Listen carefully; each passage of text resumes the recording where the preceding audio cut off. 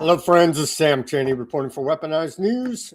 Today, July 15th, 2026. Thank you for joining us on this Wednesday edition of Weaponized News. Quite a bit to get to today. We're bombing Iran right now. We already pulled off a earlier bombing mission. Now we're bombing them again. We got all those details about Iran war. Day number 137. Strait of Hormuz is essentially closed, according to Iran. We're going to take a look at all these details. Iran's reporting we've killed civilians. Iran has retaliated against our bases. We're going to go over those details for you today.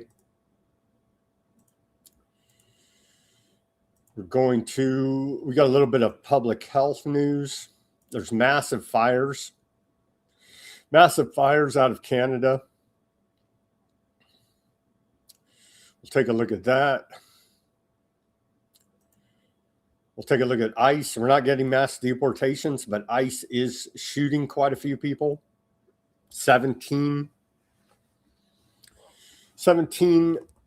ICE has shot 17 motorists under the Trump administration. Take a look at that report. We have a whole lot of economic news. A bunch more of this data center surveillance center news. We got Todd Blanche confirmation. There's a bunch of confirmation hearings going on today. CDC, Todd Blanche, Attorney General, and the new, Director of National Intelligence.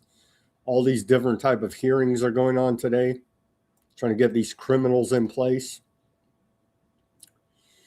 We have a bunch of geopolitical news, as per usual, and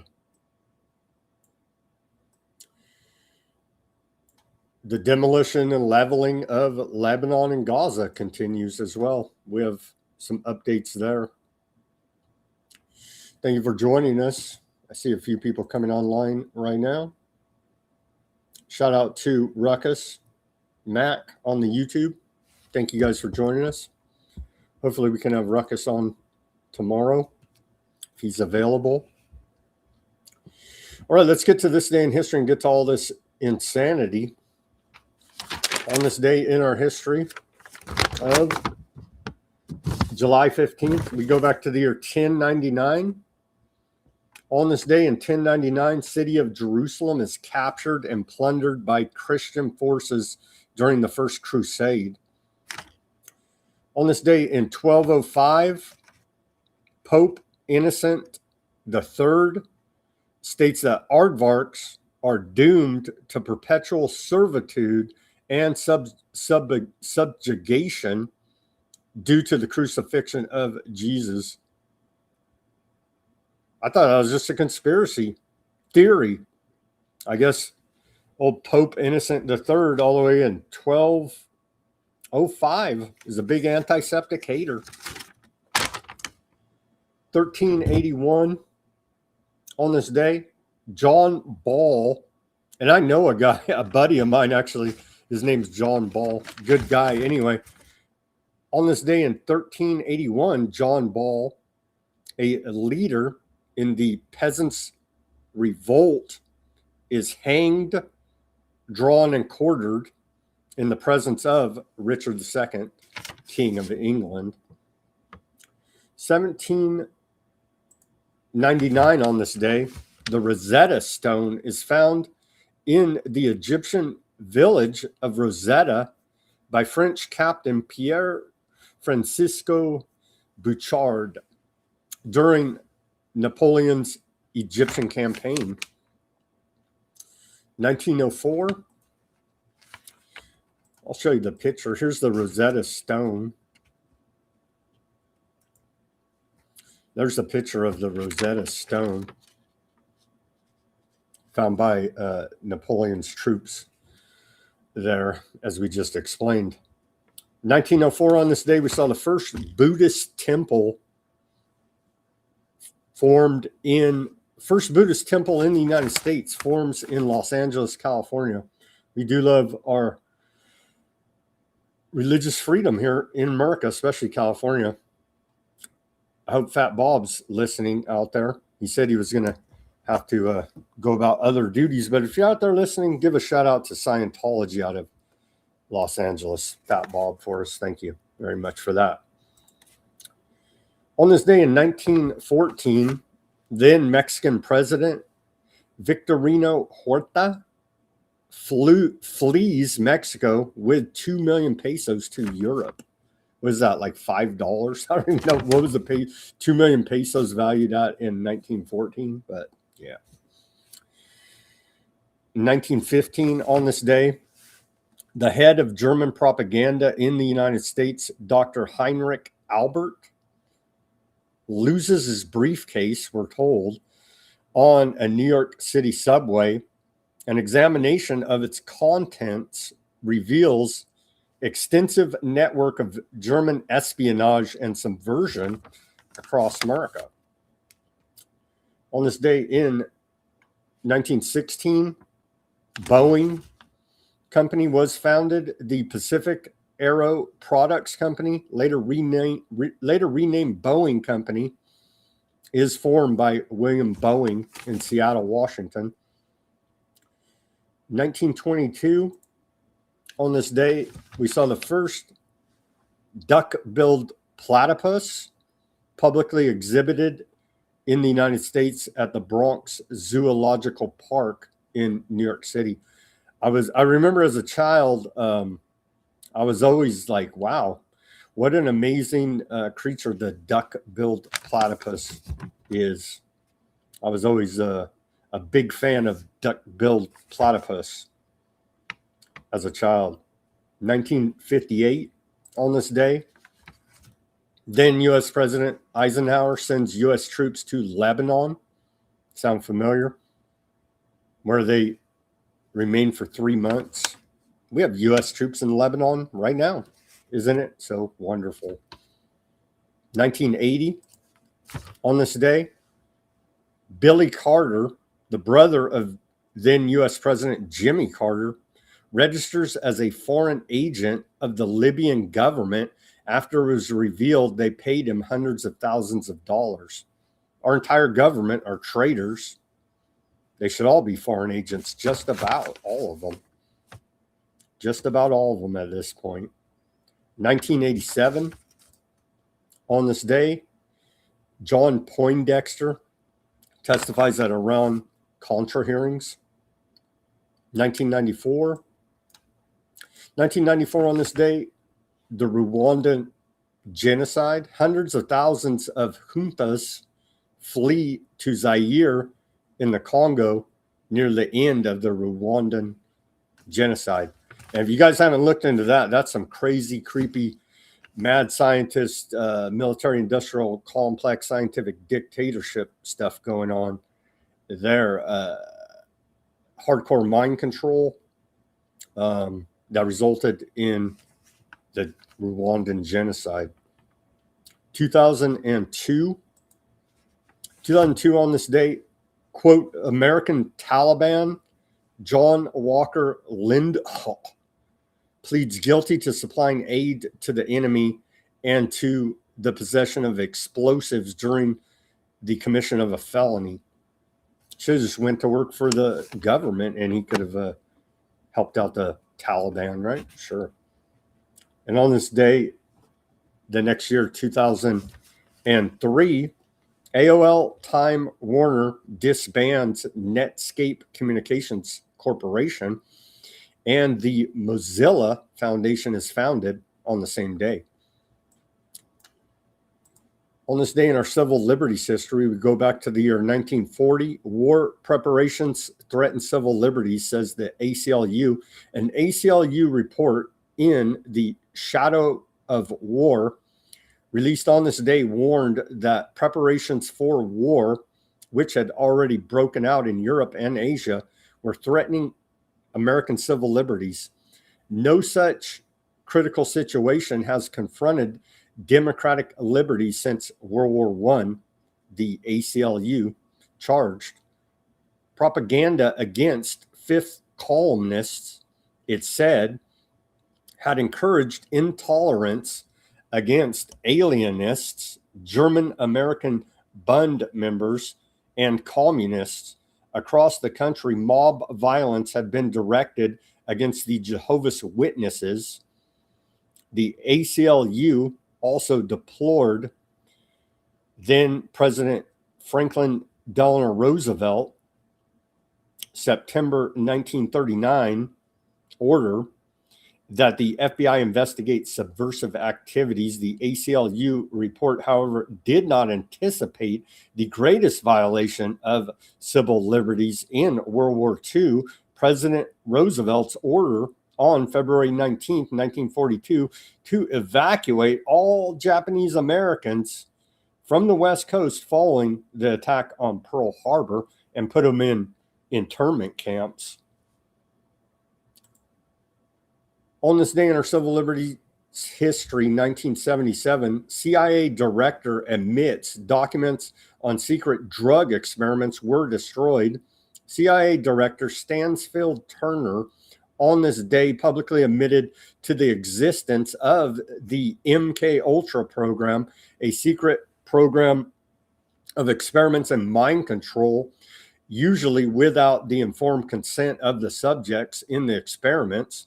Turner also confirmed the reports that documents from the program had previously been destroyed.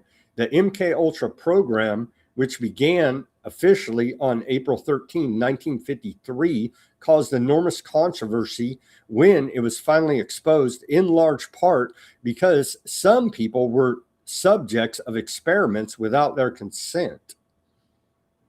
Informed consent is a conspiracy theory, we're now told by public health, right? Sure. Some of the experiments involved giving subjects LSD. We've covered it a lot here at Weaponized News. In 1973, then CIA Director Richard Helms ordered all MK Ultra files destroyed, although about 2,000 documents survived because they were filed as financial documents. At least 44 colleges and universities and 15 private foundations and pharmaceutical companies participated in the secret CIA drug experiments. In addition to the CIA drug experiments, revelations of drug experiments conducted by respected scientists on subjects without informed consent led to major reforms on the ethical standards for science research on human subjects, including the Belmont Report on September 30th, 1978. And then a bat flew around and we threw all of that out the window. All right, here's our segue to the news here. Trump just openly bragging about he's going to commit war crimes against the Iranians. It's a war crime to bomb civilian public infrastructure. I don't like giving deadlines, but they pretty much know. They know the story. They better behave.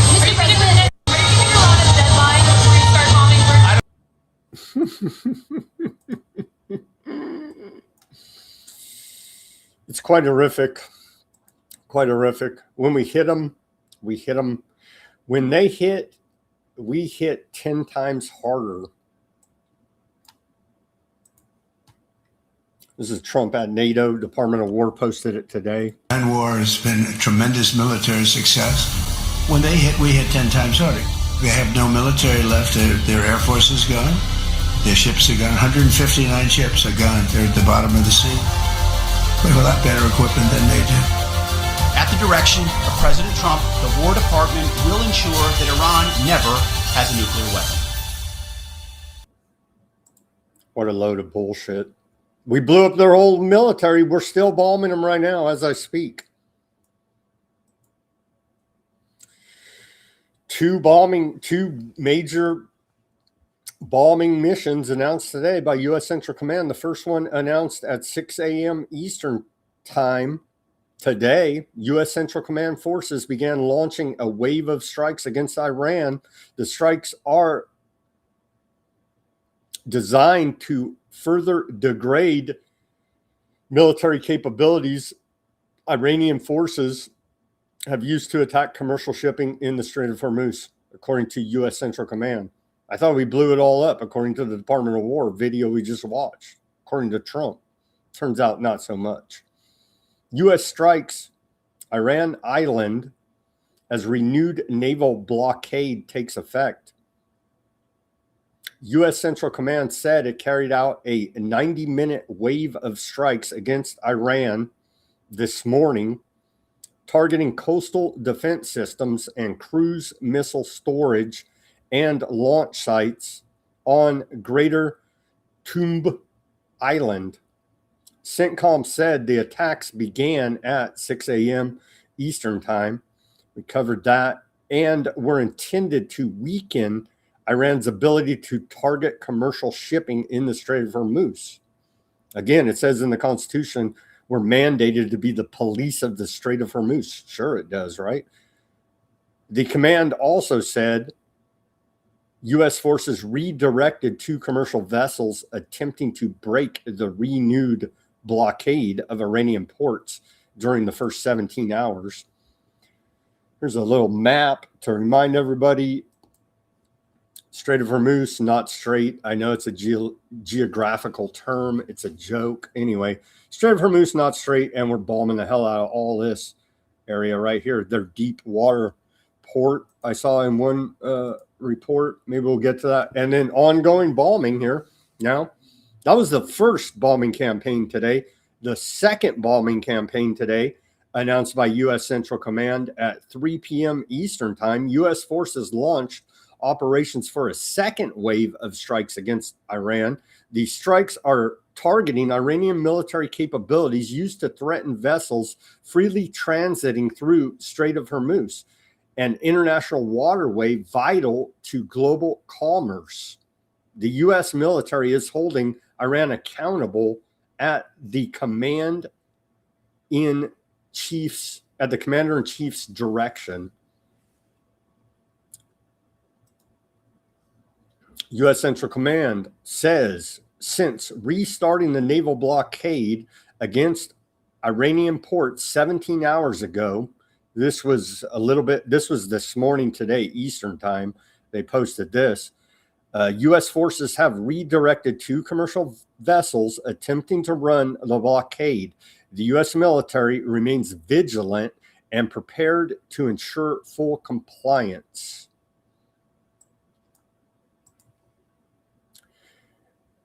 U.S. Central Command fact-checking's back. We missed it. We missed it for a few weeks. Fact check on Iran. Claim. Iranian state media claims the U.S. forces struck a civilian wheat storage facility in Odysee. I've pardon my Iranian there for the pronouncement, on July 14th, yesterday. This is false.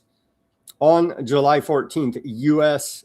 forces hit Iranian military targets at Bandar Abbas, and they go through and list all those. I'm not even going to attempt to read them.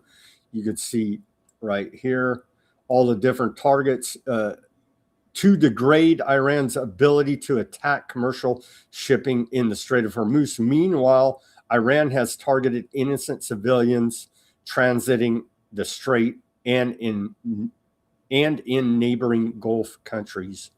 Iran's all bad. We're all good. Got it. Get it. Good. Fact check by U.S. Central Command. U.S. attacks hit vicinity of Children's Cancer Hospital in Iran's Ahvaz. Evacuation ordered. Attack reported near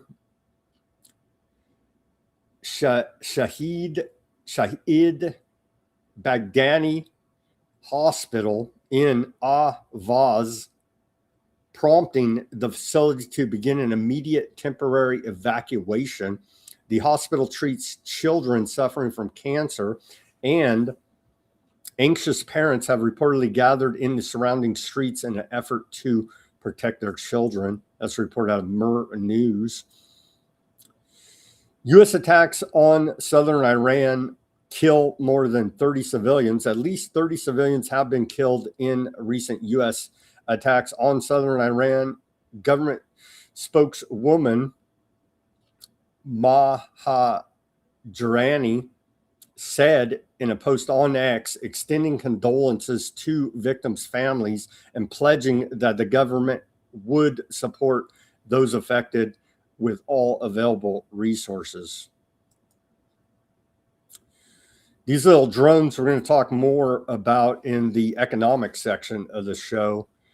But here's IRGC unveils new series of small kamikaze drones, claims they were used in tonight's attack on Kuwait.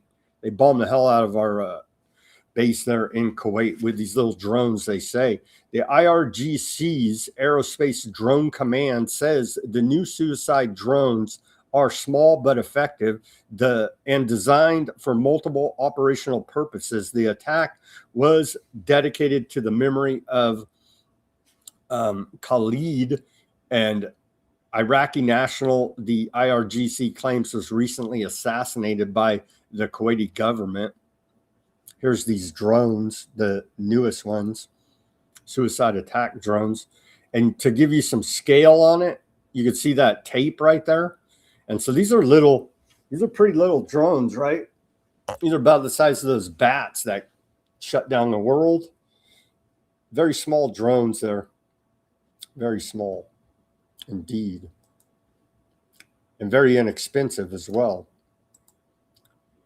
Wreckage of US FLM-136 Lucas kamikaze drone recovered near Iran's Bandar Abbas port. The Lucas is essentially the American equivalent of Iran's Shahid 136 drone, a low-cost one-way attack drone. Here's that drone. You can see right there. And I do appreciate the overspray there on the stencil they used on the tail there. You can see the overspray on the paint job. Very good, very good. I guess it doesn't really matter because you're going to blow the thing up anyway, but have some pride in your craftsmanship painting these things. Just saying. Bunch of overspray there. Okay, continuing. Iran destroys main logistics and support center for U.S. military in West Asia. Tassim News publishes satellite images showing the completely destroyed KGL warehouse complex in Kuwait. Show you that. It's a short clip here. Allegedly, all this is allegedly because we can't trust those damn Iranians any better than we can trust our own government.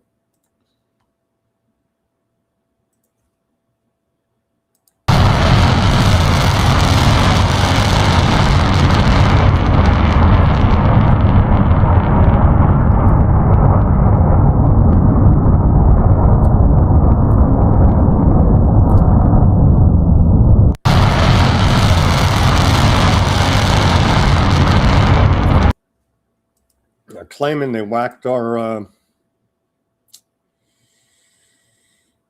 main logistics and support center there in Kuwait is the claim by Iran. Let's end these wars. Let's just stop it. Let's just stop it. Our veterans deserve the best possible care, and thanks to President Trump, we're doing just that. Secretary of Veterans Affairs, Doug Collins post. Not a good look. Not a good look. There's a U.S. veteran with no leg and no arm. How about let's stop all of these illegal foreign wars of aggression? Secretary Collins on implementing the order to accelerate treatment for serious mental illness. How about stop destroying these soldiers' minds with never-ending war and sending them back home with PTSD? How about that? But they're going to experiment on these soldiers now, MK Ultra style, I'm sure. Transhumanist style. They like them with no arms and no legs because then they can hook them up to the robotics, you see. It's all so tragic and so damn evil as well. Central Tehran billboard depicts Trump in a coffin.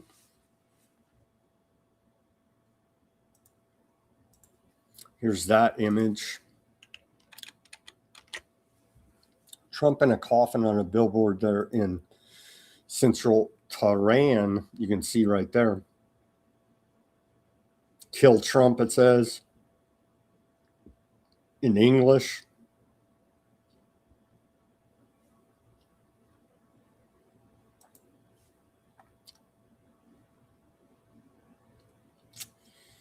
Moving on here. During U.S.-Iran talks in Switzerland late last month, talking for the MOU routine that we covered here, Iranian negotiators sent a private message to Mr. Technocracy, VP Vance, through an intermediary. The Iranians warned Vance that the continued presence of Trump's special envoy, Steve Witkoff, and his son-in-law, Jared Kushner, would undermine the chance of turning the June 17th framework into an enduring peace deal, a senior Iranian official told Dropsite News. In the private message, according to the Iranian official, Iran conveyed to Vance that the pair were more interested in exploiting insider knowledge of the negotiations to profit in the financial markets than they were in reaching a peace deal, you think? Because they were sent there to start a war and profiteer off of it, which should be more than obvious to anybody. The Iranians are pointing it out here in this drop site article. Continuing, Iranian negotiators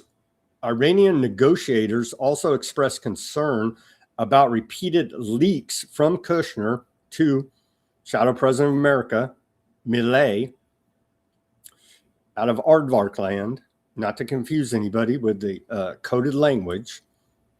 A U.S. official told Axios, a Aardvark propaganda outfit that should probably be registered as a foreign agent, I added that part, that since the negotiations began, Witkoff and Kushner talk almost every day to Milei, Shadow President of America, and the head of Mossad. In the weeks leading up to the signing of the MOU, the official said Iran presented written documentation to mediators of what it characterized as evidence that individuals close to Trump were abusing the Iran war and diplomatic developments to manipulate financial markets. Even before the Islamabad talks kicked off in April, we already sent multiple messages to Trump through the Pakistanis, warning them about Witkoff's overall destructive role in the previous negotiations. It was self-evident. Oh, we're going to go negotiate a peace deal, and then boom, war, right? Remember the first time it kicked off? It was Oman. I remember Oman, dude. It was on a Friday, and Oman dude was the mediator, and he's like, "Yeah, everything's going great." And then a couple hours later, oh yeah, by the way, we're bombing the hell out of Iran. Great job there with the peace negotiations by Kushner and Witkoff. Obviously, their goal was to start a war and profiteer off of it. The outreach to Vance came after these initial efforts to raise Tehran's concerns about Witkoff and Kushner within the White House. The official said given that messages passed to mediators are delivered broadly to the full U.S. team, including Kushner, who is a private citizen with no official government role. We transmitted data and assessments through an exclusive channel to Mr. Vance, said the senior Iranian official who has direct knowledge of the effort. Iranian negotiators, he said, communicated to Vance that they believe Witkoff and Kushner were abusing the diplomatic process, effectively disrupting the overall negotiating atmosphere.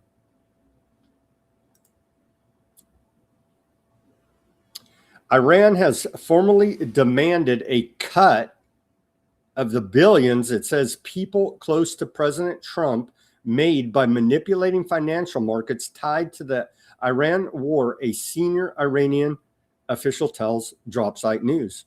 They're all a bunch of gangsters is all it is. Profiteering of death, destruction, and the like. And grinding up you and I, Joe Blow American, Joe Blow Iranian, in this meat grinder and profiteering off of it handsomely. Tehran calculated the profits from the alleged manipulation across oil futures, energy stocks, and prediction markets had reached $9 billion and put its demand in writing to mediators. We have conveyed through intermediaries that $4.5 billion of this sum should be allocated to the Iranian side. The exchange texts will ultimately become part of the historical record, the Iranian official added. They're putting it on the record that these war criminals, including Trump, are profiteering off of killing people.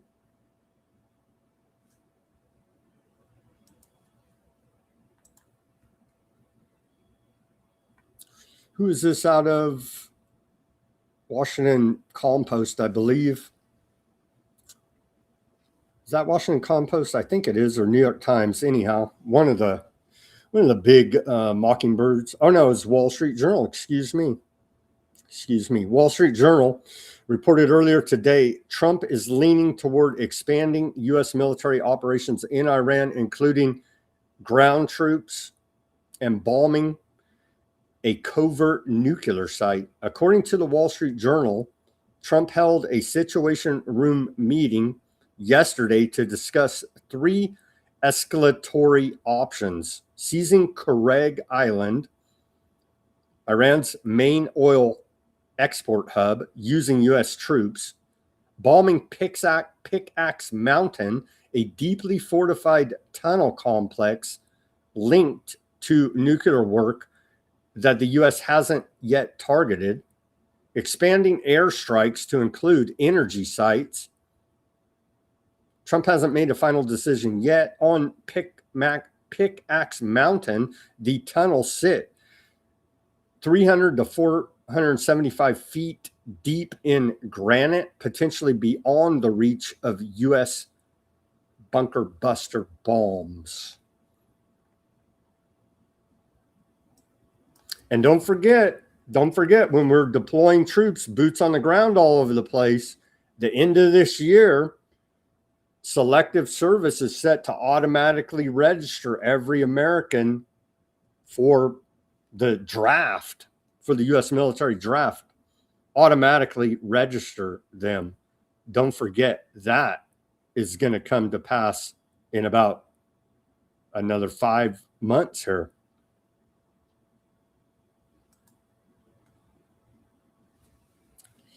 Okay, we'll come back to more Iran reporting at the end of the show when we get into the geopolitical section, West Asia genocide section, I guess you could call it at this point.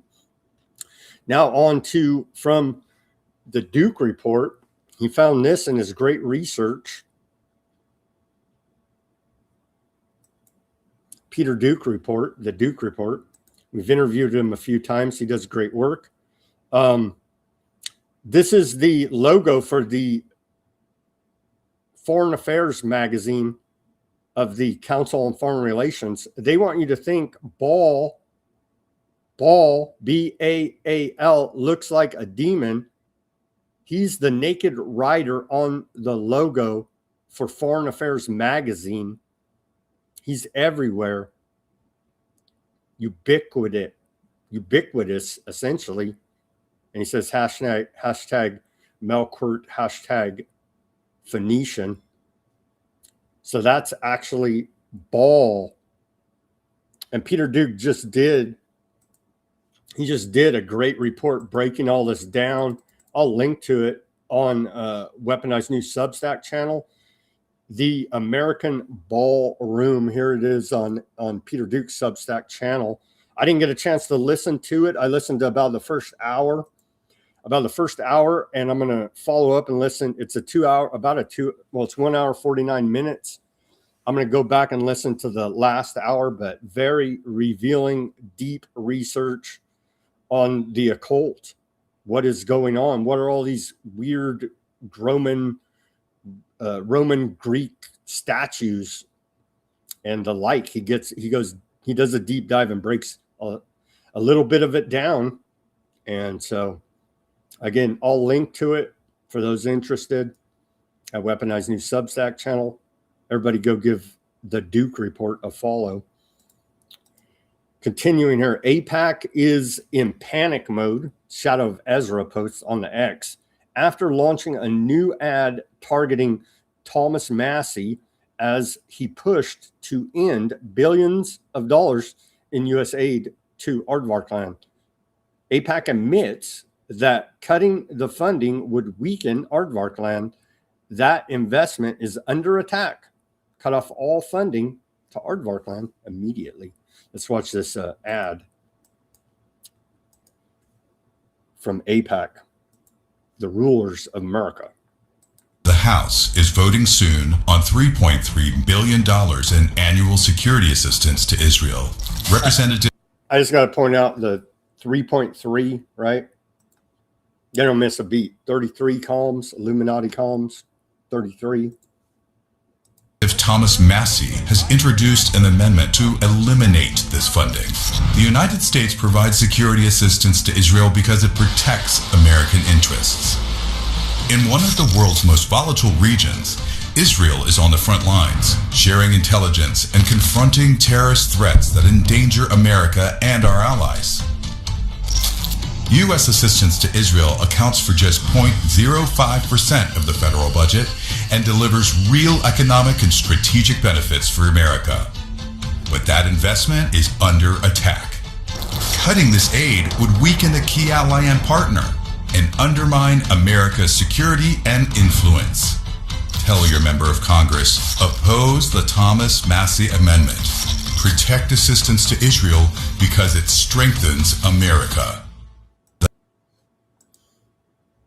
And AIPAC's not registered as a foreign agent. They should be.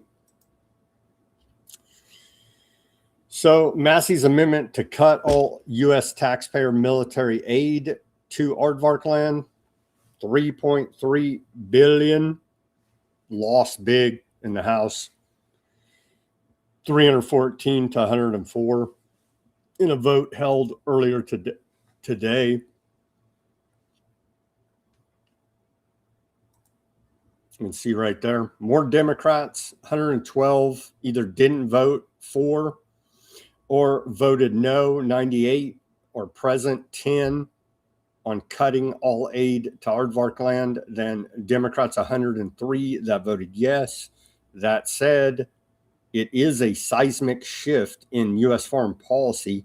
48% of the Democrat caucus, Massie was the lone Republican, yes. So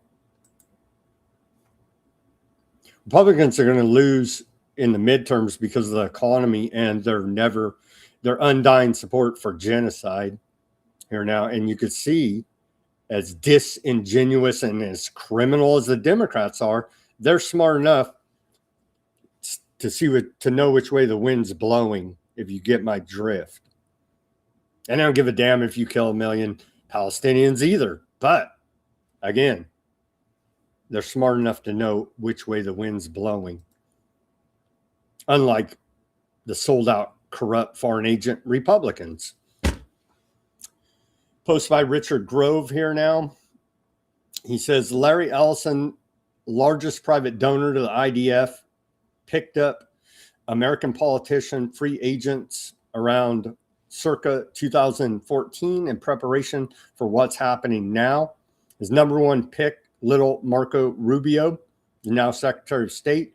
His number two pick, Rand Paul, and he just got paid off. Sad to say, Rand Paul is no Ron Paul like his father.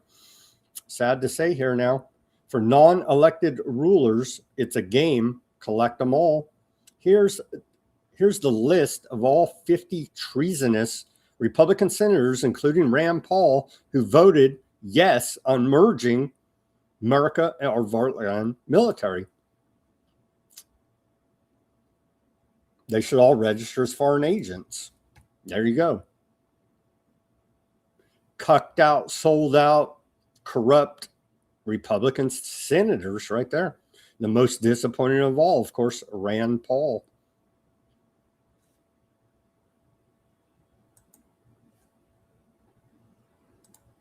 And of course, the merger of our militaries with our Vartland, part of the 2027 NDAA. It was blocked procedurally yesterday. I believe they're going to keep fighting for it, so we'll keep covering it as it develops here now. Here's Trump on the bats. I'll never forgive any of them for the bat times. Neither should you. Greatest economy in the history of our country in my first term. We then got hit with COVID, but even including COVID, we did a great job in COVID. We never got credit for it, but every country was ripped apart by that disaster. We know where it came from. It came from Wuhan, and I said that, but we were all ripped apart, and China got hit very, very hard. It was delayed. They got hit very hard at the end. Really? America says China did it, Wuhan. China says America did it, Fort Detrick. Take your pick. Probably working together, obviously, Operation Lockstep. Working together at the top levels. America, China, and the bats. Never forgive any of them for this, for what they've done here now. CDC Director nominee, Dr. Erica Schwartz, a black woman. We'll play the video here. Restoring trust to the CDC is my number one priority. Yeah, never trust the CDC ever.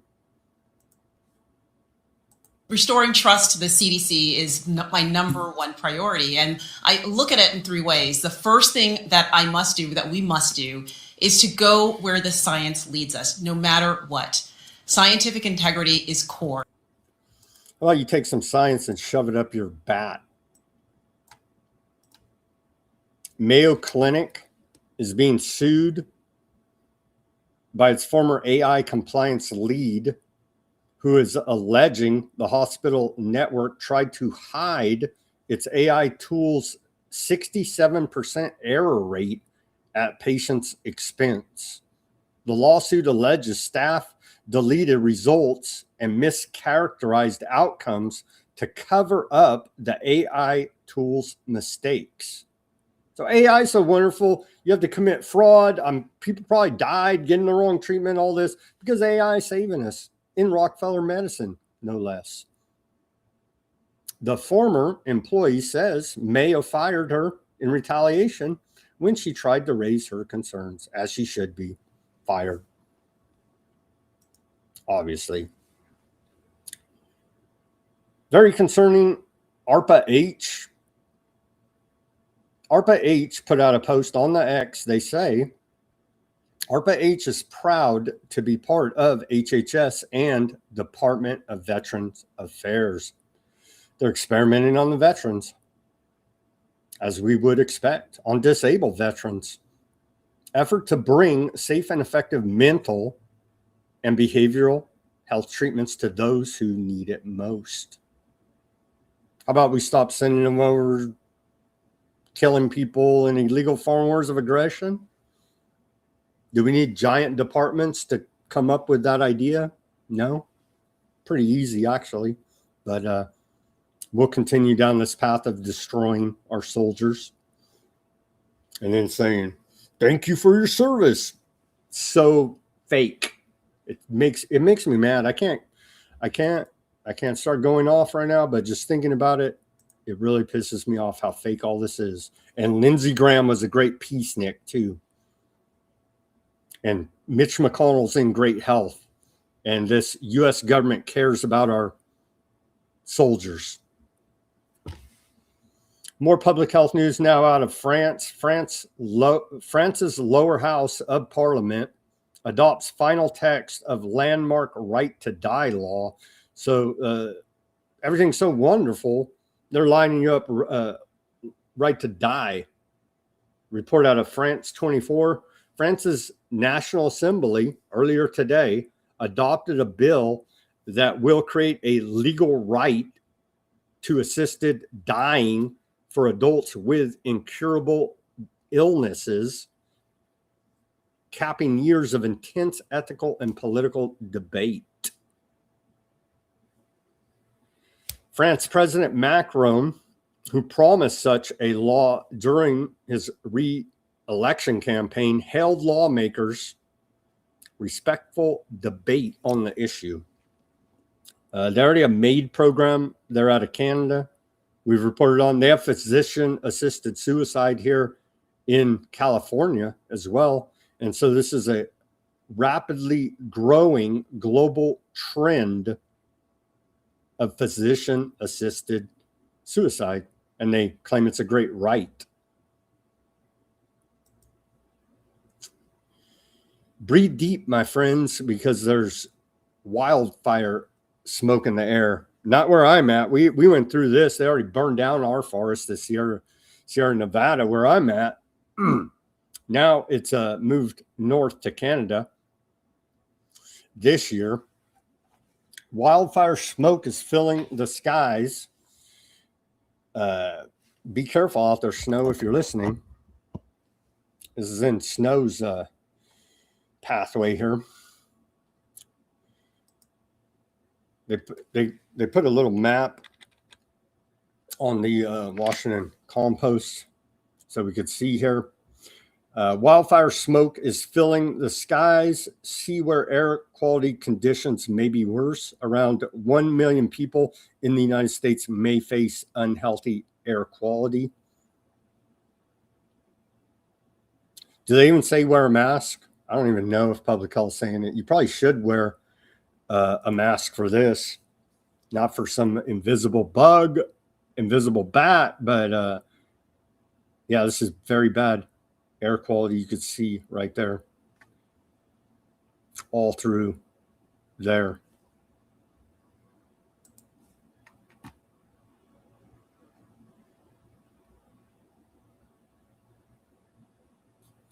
Lowest air quality levels. Let's see a little up closer on this map. Yeah, hazardous in the maroon color there.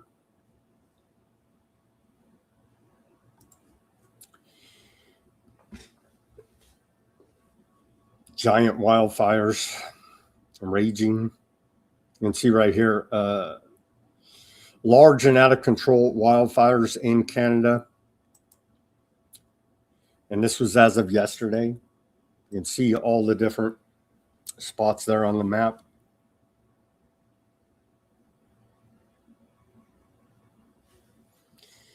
Quite horrific.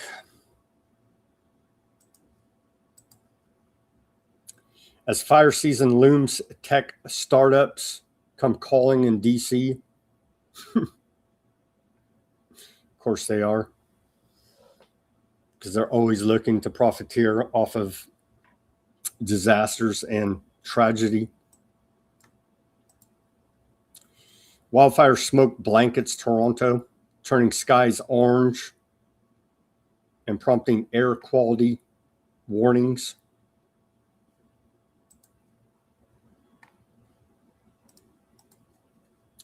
On to this story now. We're not getting mass deportations, but we are getting ICE shooting 17 motorists here now. Report out of the Washington Column Post. We looked at DHS immigration enforcement involving motorists. Here's what we found. At least 17 motorists have been shot during the immigration operations as the Trump administration ramped up enforcement. And so we're not getting mass deportations, but they are shooting people. And I guess that's all we can expect. Remember, they took away education requirements and age requirements, recruiting thugs into the Department of Homeland Security, all for our own safety, of course. And so there's been 2 recent shootings in the last week in Texas and Maine. At least 17 shootings of motorists by federal ICE officers since the beginning of Trump's term nearly 18 months ago.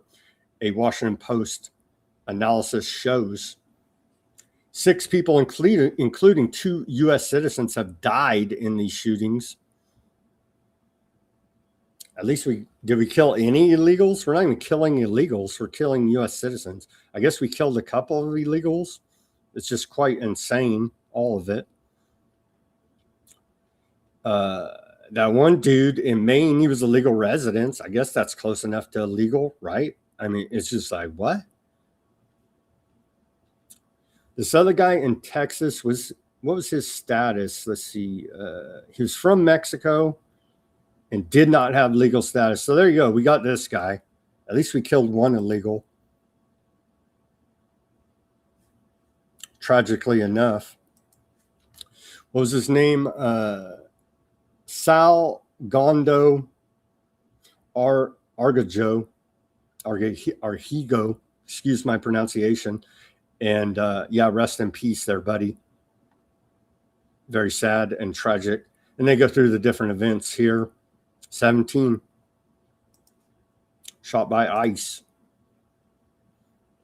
And they said no more traffic stops by ICE, i.e. no more internal shakedowns. Well, turns out Trump called that off today. A message to the patriots of ICE. The men and women of ICE are doing a great job, one that has to be done. Crime is way down in America in many cases with numbers that haven't been seen in decades.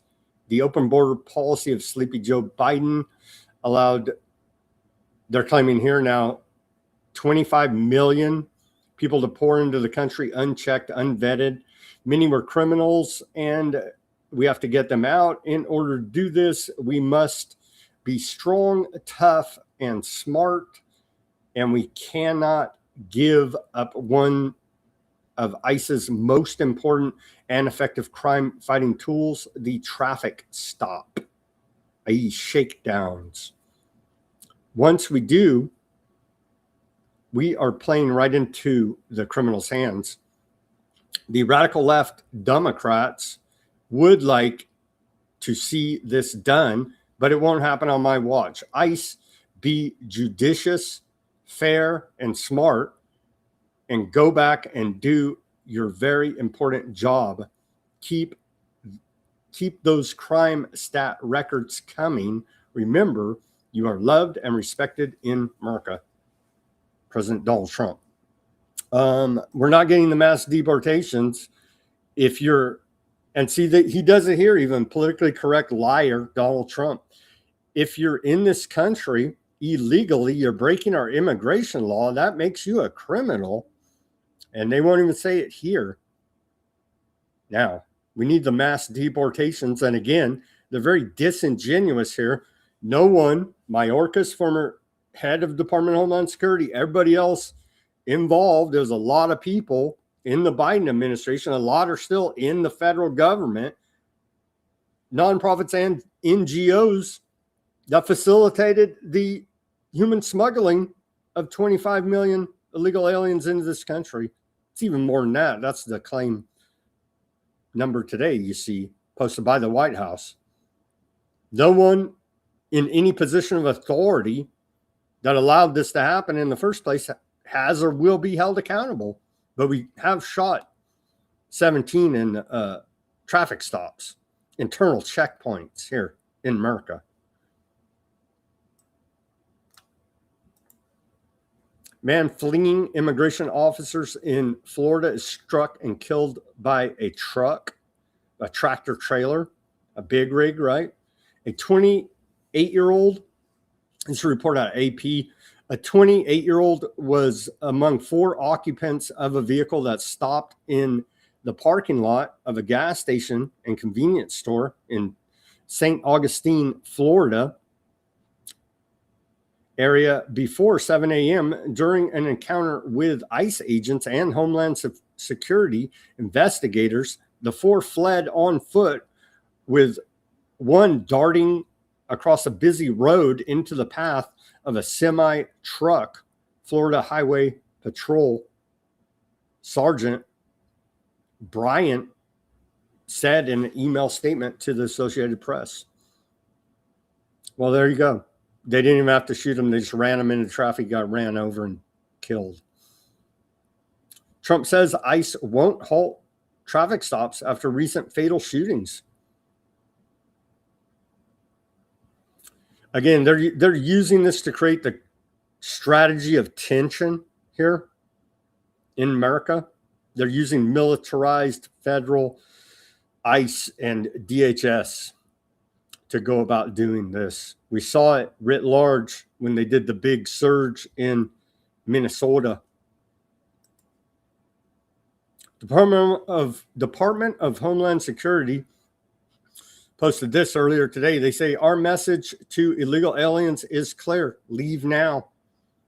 And using the CBP Home app, you can receive a check for $2,600.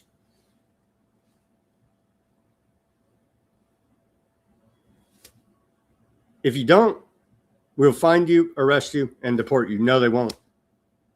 No, they won't. But they're going to give illegal aliens.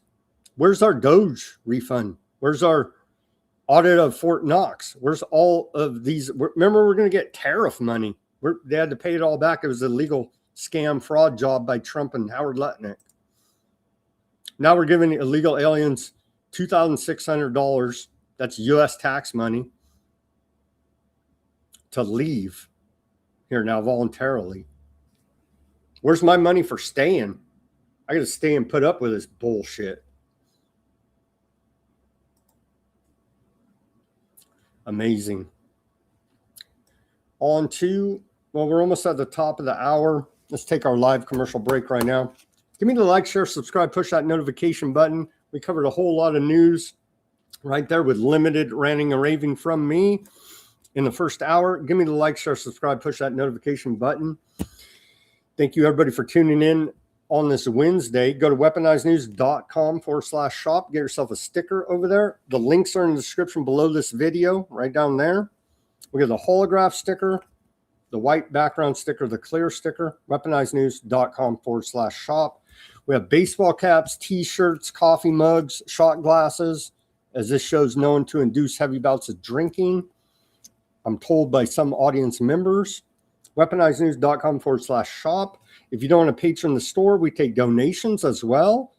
Buy me a coffee, Bitcoin wallet address, Cash App. Links all in the description below this video. Become a paid subscriber of Weaponized News Substack. We give away everything free, nothing behind a paywall. Support independent reporting and analysis brought to you 5 days a week, Monday through Friday. Broadcasting live, 5 p.m. Pacific, 8 Eastern Time. Weaponized News and all your major big tech channels.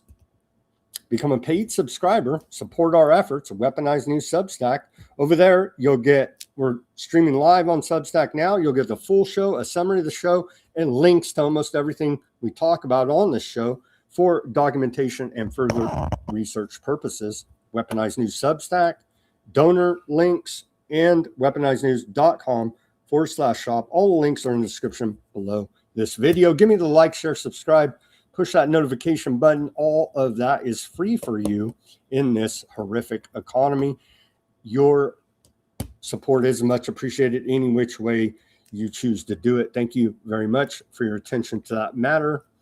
And welcome back to the second half of Weaponized News on this Wednesday, July 15th, 2026 edition. Let's jump right back into it to technocracy news. Here's a cut from Aaron Day, James Corbett interview that Aaron Day posted. Let's watch this short clip. About Google made a video about shaping you. You were never meant to see. And they're talking about that here. People to look at the Selfish Ledger, which was an internal Google video from several years ago. It's just, I think, 10 minutes long. And it goes through how, yes, even internally at Google, they are fully aware and fully operating on the principle that algorithms and things that are happening behind the scenes on these websites that you're visiting and these apps you're using are going to shape your life. And if they can do that to any one individual, they can shape your decisions so that you end up being this type of person or being that type of person or going in this direction or that direction. If they can do that individually to any one person, then they can do that to individually to each and every person. And once you start talking about shaping the entire human population like that, you talk about a type of control that has, I think, never even been envisioned by even the most dystopian of dystopian sci-fi writers in the past. And yes, I think we need to confront that idea. What is informed consent, and how is what we believe we are being shaped by algorithms that we don't even know exist? And I'll give an example of that, actually, even in my own case. How much of who I am today is authentically some perfect and untouched me, and how much is it I've been influenced and shaped by various things that have been put in front of me for my attention over the years? And I have a podcast episode on this subject specifically. It's called Pricking the Filter Bubble. And in that, I tell the story essentially about how I fell down the internet rabbit hole towards 9/11 truth and things like that. How I became the James Corbett of the Corbett Report, and how much of that was shaped by, for example, what YouTube was recommending me on the sidebar back in those early days of YouTube, before the algorithm even became a shadow of what it is today. It was still there, it was still operating, and it was sending. I'll link to that, and everybody can link through and find the full episode for those interested at Weaponized News Substack. For me, honestly, it was a book. It wasn't the internet. It was a book. It was a David Icke book, Robots Rebellion, that a friend gave me, I want to say in about 2006. And then I did go to the internet, but I read the book first, is what started me questioning our reality, you could say. And so it's just corrupt beyond our imagination. These politicians don't represent us. The Midwesterner reports here now, executives for Google, NVIDIA, Oracle, DTE Energy, bankrolling Jocelyn Benson's gubernatorial campaign. Campaign finance reports reveal the Democrat candidates' extensive ties to folks heavily invested in the data center industry. You don't say. We've been playing the reports. The people go protest, they go say their piece, chew out the city council. The city council says, okay, guys, we can see you're against it. We're going to vote to not do it. They do. And then they secretly go back and change the vote and say, we don't care, because we're corrupt asshole politicians. And we've seen that in a couple places here now. Secretary of State Jocelyn Benson has vowed to stand up to greedy corporations, like all good Democrats. But turns out, she said she's looking to stand up to greedy corporations looking to take advantage of our air and water with massive hyperscale data centers. But a review of financial contributions to her campaign reveals that she's got money from all these big tech donors in her bid running as governor for the state of Michigan. And they go through in this report and break it all down. It's all public there. So again, they just lie right to your face. Well, I care. Sure you do. Sure you do. Truck drivers are now taking down flock cameras in Ohio. Let's watch this report.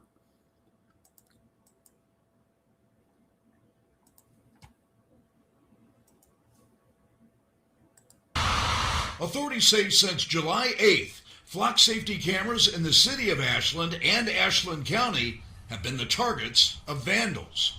In some cases, the flock camera poles were hit by a car or truck, and in others, the equipment was struck by what authorities believe is a baseball bat or club. The victims of the vandalism are the taxpayers who pay for the cameras. They're the public's cameras. You know, we've had some tax dollars that have been put to use for these things. I think overwhelmingly the general public would like to have a safe community, and these cameras are a piece of that. The Ashland Everyone wants a camera up their rear end. You are the product here now. None of this is for your safety. The government can't and won't keep you safe, but it can and will spy on you and sell your data to private parties to further exploit and social engineer you. County Sheriff says the vandalism is part of a trend across the country, and he believes it is based on misinformation. People have this perception that these cameras are out there tracking them all over the place and all this other nonsense, and that's simply not true. They take pictures of license plates, and then we read the license plates based on the data that we input. That cop's either a liar or a moron, probably both. They're building out giant data sets, and it's not just your license plate.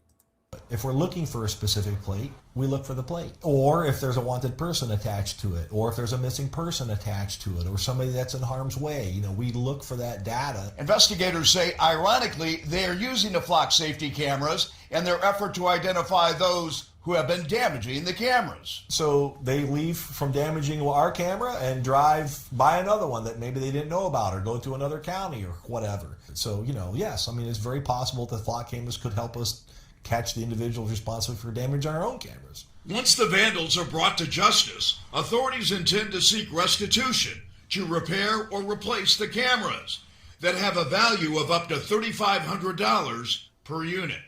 Now that they've been damaged and down, what are we missing? How many people are coming through that may have been missing or that have been wanted? F you, dude. They want a police state. They want technocracy. It's not freedom.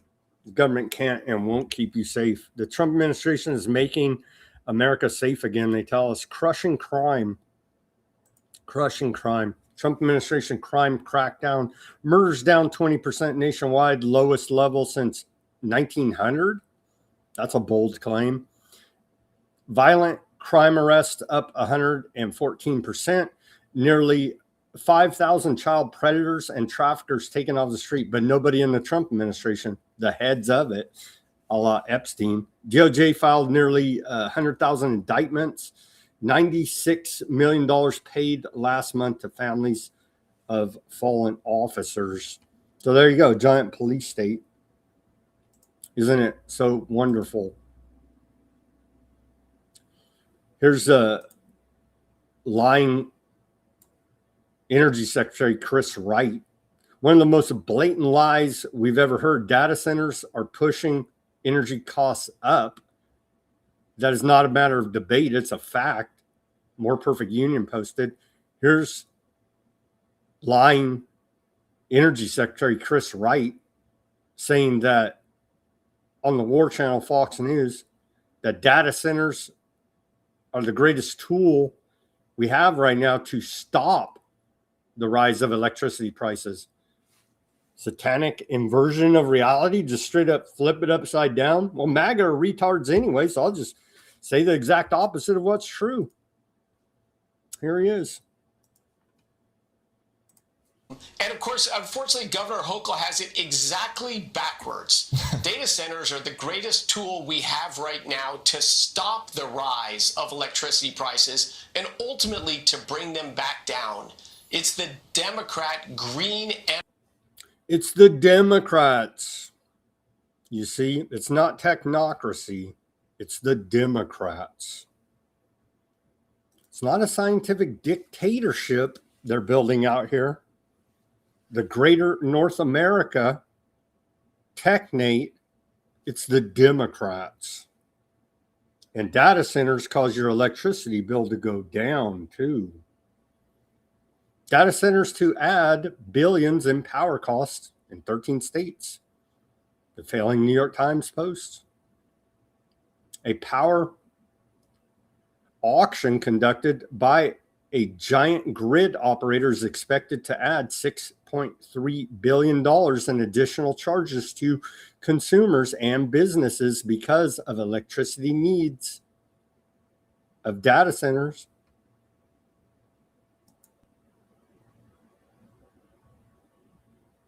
But Energy Secretary just went on Fox News and told me it's good and it's decreasing.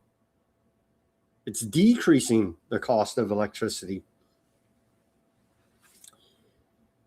They just blatantly lie Orwellian style right in your face. That is the Trump administration. A Pennsylvania, and it's all of them, the entire government, okay? A Pennsylvania state senator and chair, but hey, as long as they keep getting you looking that way, it's the Democrats, it's the Republicans. They build out the scientific dictatorship and laugh in everybody's face and tell blatant, easily provable lies to everybody as well. A Pennsylvania state senator and chair of the state's GOP profited from the $30 million property sale to a data center developer. Republican Greg Rotham's constituents are outraged he made money off the data center project they've been openly opposing. Well, you get into public service to profiteer and screw everybody over, your constituents. That's America democracy. Rotham declined to say how much money he was paid after the real estate company he chairs collected a fee from the sale. All insider dealings. They're the good people. They're the smartest guys in the room. Everything's rigged. Have fun trying to put food on your table. This level of corruption is not sustainable. And they're corrupting, when you're corrupting Joe Blow on the ground, society will collapse. If everybody is an evil, greedy asshole, all the way up to our representatives. More greed from big tech corporations who are forcing people out of their homes. They're seizing people's land via eminent domain. Let's watch this clip. Who cares? You know what I mean? Your power costs are going down because of these data centers, according to Energy Secretary, lying criminal Chris Wright. To us, it's theft. It's literally a billion-dollar company stealing land from smaller people. And to say that you're doing it in the name of data centers is a slap in the face to us. This family was forced to sell their home to help power AI data centers. Ainsley Brown's family was forced to sell her childhood home to utility company Georgia Power. If they hadn't, the company would have taken it from them via eminent domain. This is because Georgia Power is building a transmission line to help power new data centers in the area. This requires adding over 300 parcels of land. And this isn't the only family whose property is being taken by Georgia Power. Claudia Moore and her husband will lose the woods behind their house. Cynthia Van Epps is losing her backyard pool. And then there are the countless others that have lost their entire homes. Georgia Power is refusing to share what companies are behind the new data centers to protect their safety. What's happening in Georgia follows a nationwide trend of companies taking people's land in order to support data centers. Most recently, a woman in Virginia is fighting against a power pole taller than the Statue of Liberty being forced onto her property. AI data centers have caused our electric bills to skyrocket, they've stolen our water, and now they're taking our homes. Life necessities are being taken from us to power these things.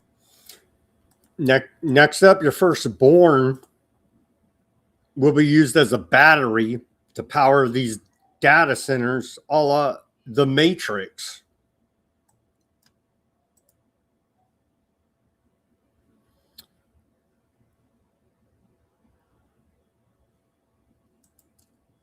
I had a couple more reports. Due to the interest of time, we'll move on here. On to, Benjamin Black, Chief Executive Officer of the U.S.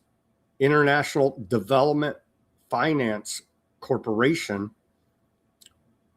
He's all up in the Epstein files. I don't think we have time to play it. How long is this? We don't have time. Anyway, I'll post the links. White House posted this earlier today. This guy is a psychopath, and he's all up in the Epstein files and has no business in the government whatsoever.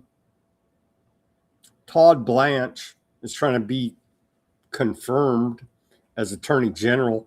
He's Trump's personal attorney. Todd Blanche won't meet with Epstein survivors, but he did meet with Ghislaine Maxwell for 6 hours, concerned. Here's a Democrat Congresswoman Ansari on the House Oversight Committee. I'm just leaving the confirmation hearing for Todd Blanche. We're here in the Senate Hart Building. Todd Blanche is Donald Trump's former personal attorney, and he is being considered for the most important law enforcement job in the country. And let's not forget that Todd Blanche is the one who is at the center of the Epstein files cover-up. He actually directed it. He has failed to release the entirety of the Epstein files. He is responsible for putting out information about survivors, which is in blatant violation of the law. He is responsible for the slush fund for those who partook in January 6th and were insurrectionists. I urge the Senate to vote no. This would be a catastrophic mistake to confirm Todd Blanche as Attorney General, and it is corruption at the highest levels of the United States government.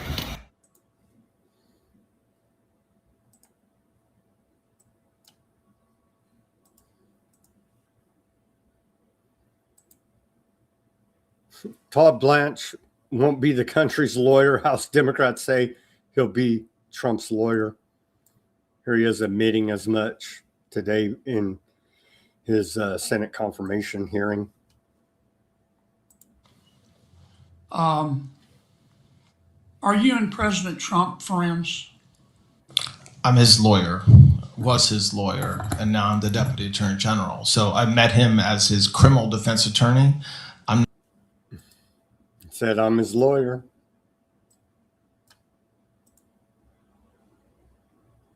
Todd Blanche is lying. House Oversight Democrats say the DOJ still not releasing the Epstein files as required by law, the Epstein Files Transparency Act. I want to make sure the American people know that this administration, when it comes to Jeffrey Epstein, has been more transparent than any past administration, than Biden was or anybody else. They had to pass a law, the Epstein Files Transparency Act, and they're still violating that law. They're not willfully transparent whatsoever.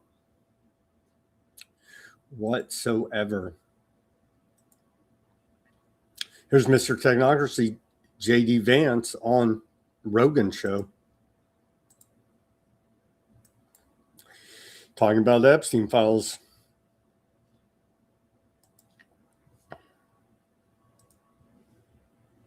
Dude knew everybody. He knew everybody.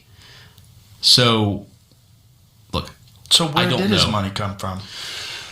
Well, from given part of it is suspect tax advice and setting up tax schemes for a lot of very, very rich people. Right, but why was he motivated to influence academia, and what was the purpose? I don't know the answer to that question. I mean, I have theories. There's of course the... Well, most people think he was Mossad. Yeah, Mossad or CIA or some other deep state, whether in America or Israel or another. Telling you they're using all that as cover. He's a Rothschild super spy. Where did he get his money? Rothschilds. A bunch of other schemes, scams, and rackets as well. He won the New Mexico State Lottery, $80 million, or his trust, Zorro, and he won it again. I forget how much he won it. He won it twice. His trust. won the New Mexico State Lottery, 80 million in one, and I forget the other one. But yeah. Yeah. And there's a bunch more I got there I can't cover due to the interest of time, because we still have a lot more to cover. In the economic section, I'll post all the links. Let's hope Todd Blanche doesn't get confirmed by the Senate as Attorney General here now. Tragically enough, it appears that the corruption just never ends. It literally never ends. The DOJ right now, that Todd Blanche is acting Attorney General for, is actively blocking the state of New Mexico's Justice Department access to documents and other resources for their investigation into Epstein's Zorro Ranch in New Mexico. They're actively covering up the Epstein files on many different fronts here now. Doxing victims, putting out naked pictures of victims, playing games with all the redactions, putting documents out, pulling them back, putting them out again. And again, blocking the state of New Mexico investigation into Epstein's Zorro Ranch.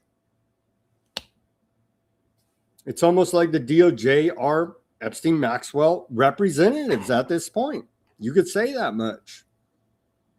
That's certainly the way they're acting. And as Trump's personal attorney to go ahead and continue the cover up. On to the economic section of the show here now.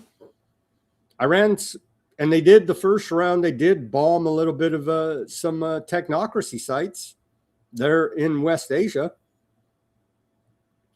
This time around, they say Iran will consider all of Elon Musk's companies in the Middle East, including SpaceX, Starlink internet service, as military targets. As they should. I mean, from a war perspective, SpaceX is a military industrial complex company. Part of technocracy. Here's lying Trump. And he's used it before on affordability. It's so stupid. It's called inflation. Office. And they said, affordability. They go, that's a fake word that they use. They caused the affordability problem. It's called high prices. They came up with this word. They caused it.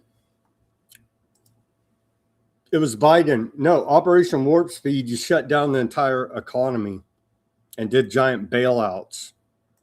You caused it, Trump. Biden didn't help.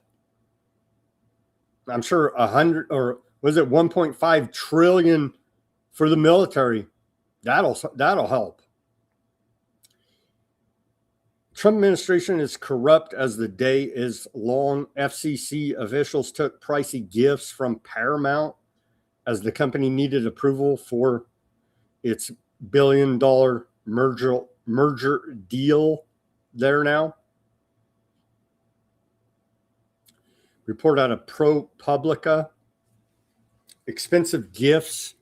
Despite regulating broadcast media, FCC commissioners have accepted pricey tickets to the Kennedy Center's Honors Gala from ZBS or its parent company, now Paramount, now the IDF, you could just say, via Ellison's son, an old man, Larry Ellison of Oracle, of InQtel CIA fame, is the largest individual donor to the IDF.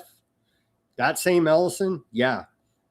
Conflict of interest ethics experts say that by accepting the gifts, FCC commissioners are compromising the agency's impartiality and should avoid acting on Paramount's pending merger, mixing business and pleasure. After voting for a Paramount merger, Commissioner Olivia Trusty, I like that last name, They're literally lying criminals. They're like, my last name's Trusty. Trust me. Trust me that I'm going to F you American people over. Commissioner Olivia Trusty, that's really her name, took tickets worth over $12,000. I'd say way overvalued. We covered yesterday a StubHub ticket. I don't even think you get the tickets that way, but StubHub ticket scalping racketeering operation.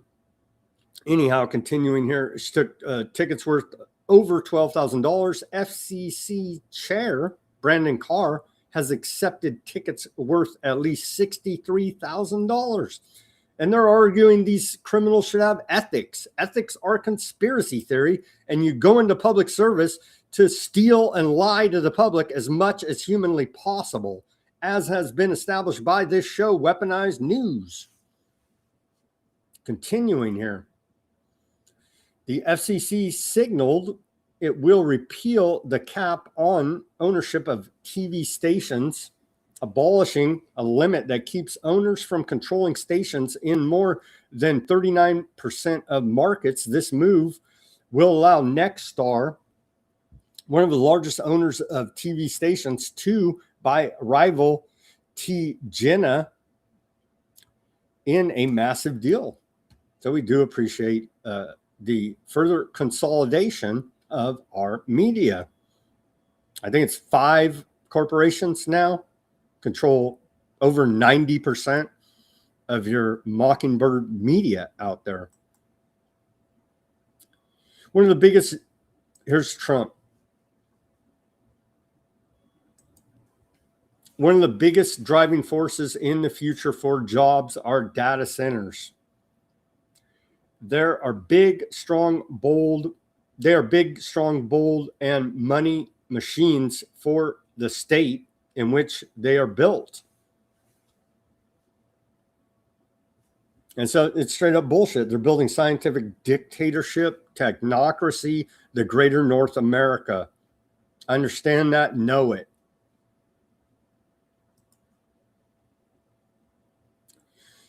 JP Morgan Chase CEO Jamie Dimon is at a Philadelphia Navy shipbuilding yard here. We're sitting at the Philadelphia Navy Yard where we build ships. They built ships here that won the Revolutionary War, that helped win World War II.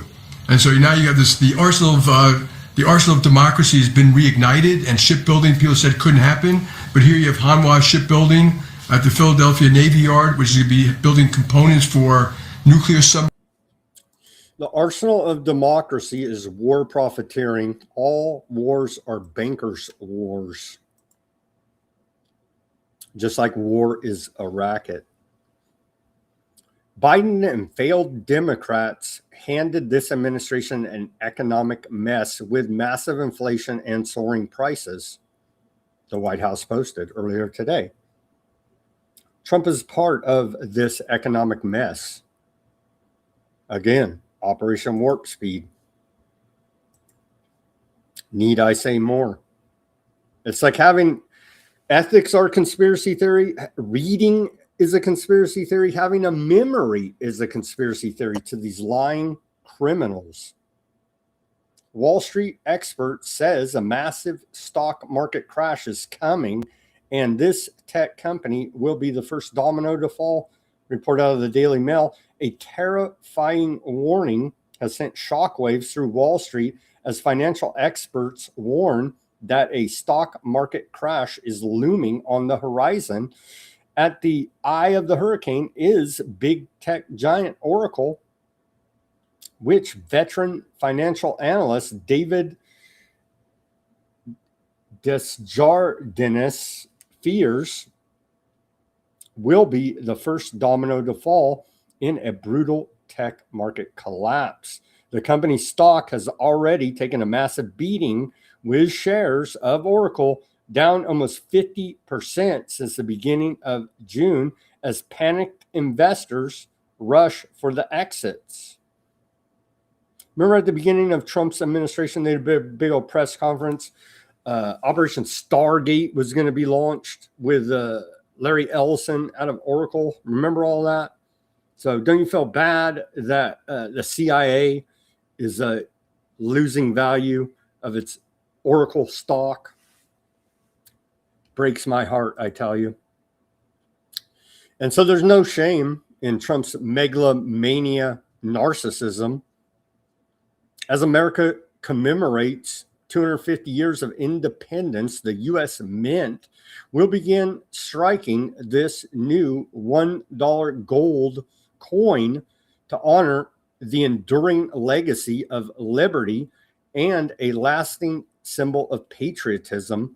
Featuring President Trump, it celebrates the strength of American values and the promise of a nation dedicated to preserving freedom for all. That was posted by lying criminal Secretary of State or Secretary of the Treasury, Scott Bessent. Here it is.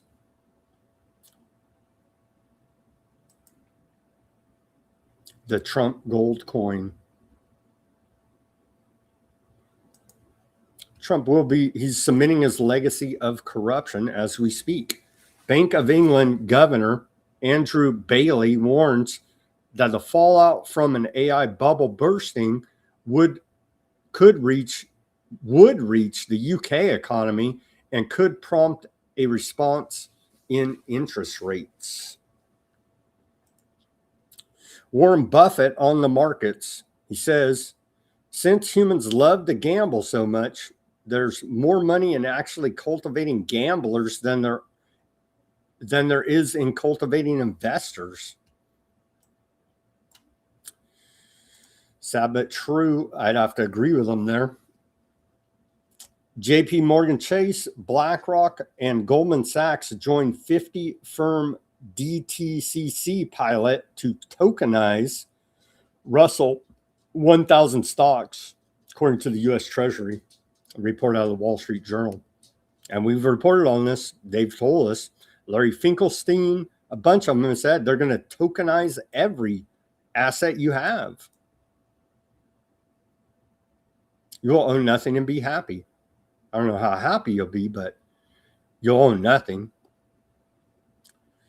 9.16 million U.S. borrowers, nearly 20% of the 43 million Americans with federal student loan debt are in default, according to Yahoo Finance. Iran's IRGC says as long as the U.S. stays in the region, not a drop of oil and gas will be exported from the region. Again, engineered energy crisis, engineered famine by design, Operation Lockstep. All of these governments at the top level working together through secret societies to go about getting to that, was it 500 million that used to be on the Georgia Guidestones, if you can remember back that far in our history. Amazon is price fixing. More Perfect Union put out a good video. We don't have time for it, but they put out a good video breaking it down. Amazon has a scheme to offer the lowest prices by raising prices everywhere else. If a vendor offers a lower price elsewhere, Amazon allegedly forces them to raise it, making you pay more than you should. And they do an investigation here. We uncovered Amazon setting prices at Walmart and Target. All of it highly illegal, price fixing, racketeering, technocracy. War is a business model. Let's watch this short clip breaking it down from Rick Sanchez.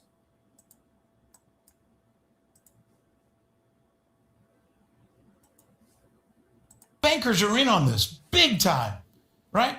They're really called venture capitalists because that's really what they are. They're investors. They're not regular bankers like where you and I might keep our money. These are investment bankers, right?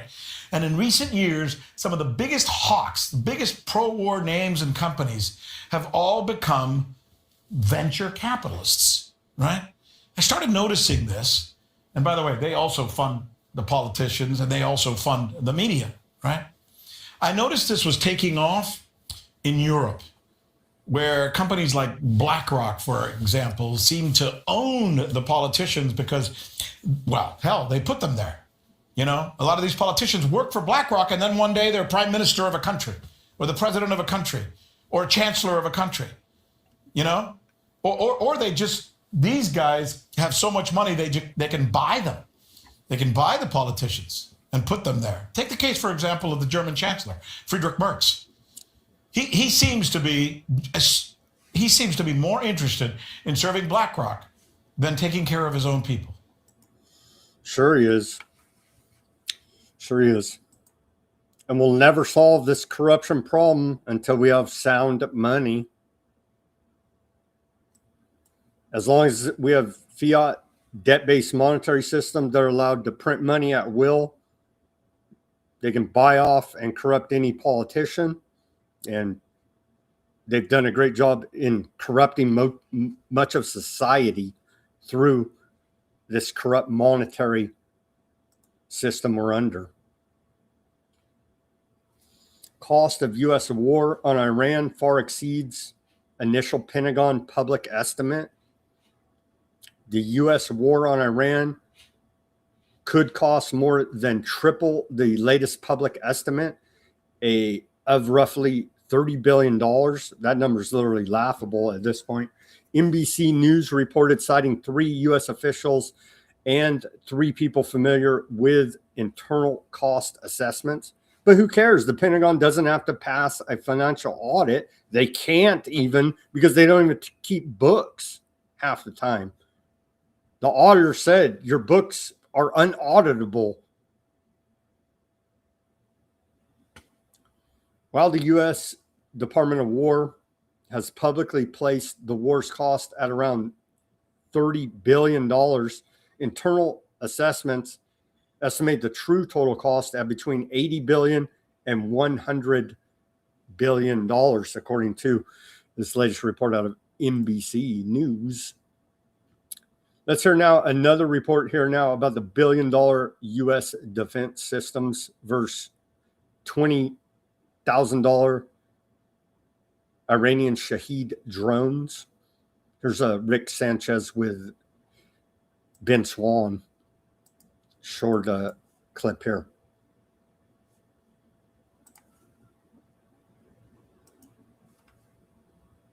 We're going to run out of weaponry because we just don't have it.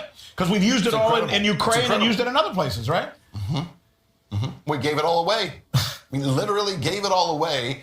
And the thing is that the scam, and you know this quite well, the scam that military contractors have run on this country for decades has been the idea that they charge these incredible amounts of money for such a small number of products, right? They're charging us $500 million for a radar plane, $1 billion for a THAAD radar system. And so, you know, when you're spending millions to build a few Patriot interceptors, when you're spending millions to create these weapons, and the Iranians are turning out $8,000, $12,000, $20,000 Shahed drones, that's a game you cannot win. We're so far behind. But the bigger problem is this. The Iranians know, and you know this too, time is on their side. It is not on Trump's side. Right. There's a midterm coming. This is the most unpopular war at its outset in U.S. history. And the idea of putting boots on the ground will, I mean, if Trump wants to guarantee losing the midterms, the House and the Senate, put boots on the ground in Iran. That's the number one way you're. I agree. They're going to lose anyway because of the economy and their never-ending lies and the war. But think of it. We've reported on this cheap $1 million U.S. missiles to take down a $20,000 Iranian drone. So we've learned Iran has good accountants and America at the Pentagon, bad accountants. They can't account. They don't even keep books, for God's sake. They can't pass a financial audit.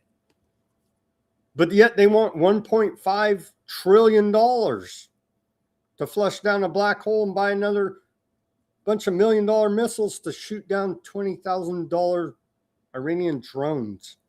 But they tell us they're working on efficiency and maximizing lethality at the Department of War. We'll get to some of that here in a second. The price of a gallon of gasoline is going up again, surprisingly enough, according to AAA. According to AAA, the cost of a gallon of gasoline on average across the country is now up to $3.89. That's up, 3 cents from yesterday? You could see right there, rounding a little bit. It was $3.86 yesterday, $3.89 today. And it's going to go up again tomorrow as well, as the Rockefeller oil oligarchs continue to price gouge the American people. But don't you worry, Trump says they're investigating it at the corrupt Department of Justice. Let's take a look here now. They're not doing good on this tracker, but we just read the report from NBC News. They're saying like 80 to 100 billion so far. According to Brown University, the Watson School of International and Public Affairs, we'll take a look at this. We may have to, they got to increase the data here now. But according to them, they say total consumer cost burden since the beginning of the war, the Iranian war that started on February 28, 2026, is up to $69.1 billion. And you could see the cost per U.S. household spread across both gasoline and diesel is up to $527.50. You can see right there. As the war rages on, Strait of Hormuz to remain closed until U.S. ends acts of aggression against Iran. IRIB confirmed that the Strait of Hormuz remains closed to maritime traffic, with the IRGC vowing to maintain the blockade until the United States ends its acts of aggression. Again, America and Iran are both standing there with guns at the Strait of Hormuz. There's a blockade. We'll shoot you in the face. You go by here.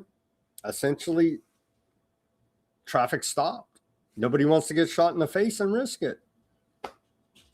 You deal with Iran, America shoots you in the face. You deal with America, Iran shoots you in the face. U.S.-Iraq finalized major energy deal during Zayed's first visit to Washington. We covered this yesterday a little bit, but this guy's totally sold out Iraq, right? He's a U.S. puppet, obviously. U.S.-Iraqi officials are set to conclude a major energy deal as part of Iraqi Prime Minister Ali al-Zayed's visit to Washington this week, according to Iraqi officials. Cited it in an AP article. So, more profiteering for Rockefeller oil oligarchs as our gasoline increases in price. And that's all you want out of America. Treasury Department today issuing more sanctions on Iranians. Treasury Department says today, following Iran's attacks on commercial vessels in the Strait of Hormuz, the Treasury's Office of Foreign Asset Control sanctioned targets involved in international networks supporting weapons procurement efforts on behalf of the IRGC.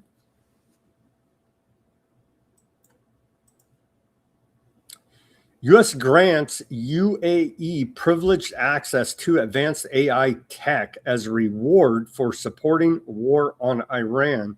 And by the way, they're supporting genocide in Sudan as well. America loves that. We looked the other way. Probably we're supporting it. We'll find out down the road. But we do know from much reporting that UAE is propping up the rebel armies there in Sudan, massacring many civilians.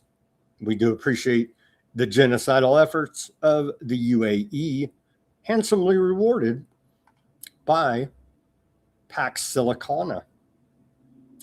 Let's take a look here now. We reported on it, and apologies for missing this. We cover a lot of friggin' news here at Weaponized News. Apologies for missing this. This report came out today from the Cradle, but we'll take a look at a press release from America. What the heck are they called? They're called from the State Department. Pax Silica Summit happened like 3 weeks ago. Apologies for missing that. Back to this report from the Cradle. The U.S. Department of Commerce announced July 10th that the UAE has been granted expanded access to advanced AI technology as recognition for joining Washington and Aardvarkland's war of aggression against Iran. As such, Abu Dhabi and authorized Emirati companies can now buy technology, including military equipment and dual-use items for civilian nuclear energy without a license, a privilege not available to other U.S. allies such as Aardvarkland or Saudi Arabia. The Department of Commerce said this upgrade was granted in recognition of the UAE's support in advancing U.S. national security interests, including Operation Epic Fury.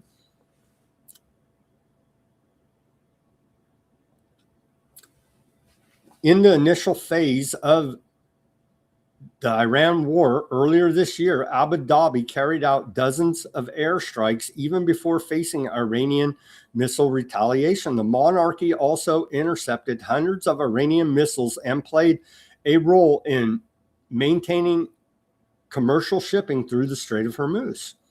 The UAE will now be treated on par with South Korea, India, and several European allies when it comes to obtaining sensitive U.S.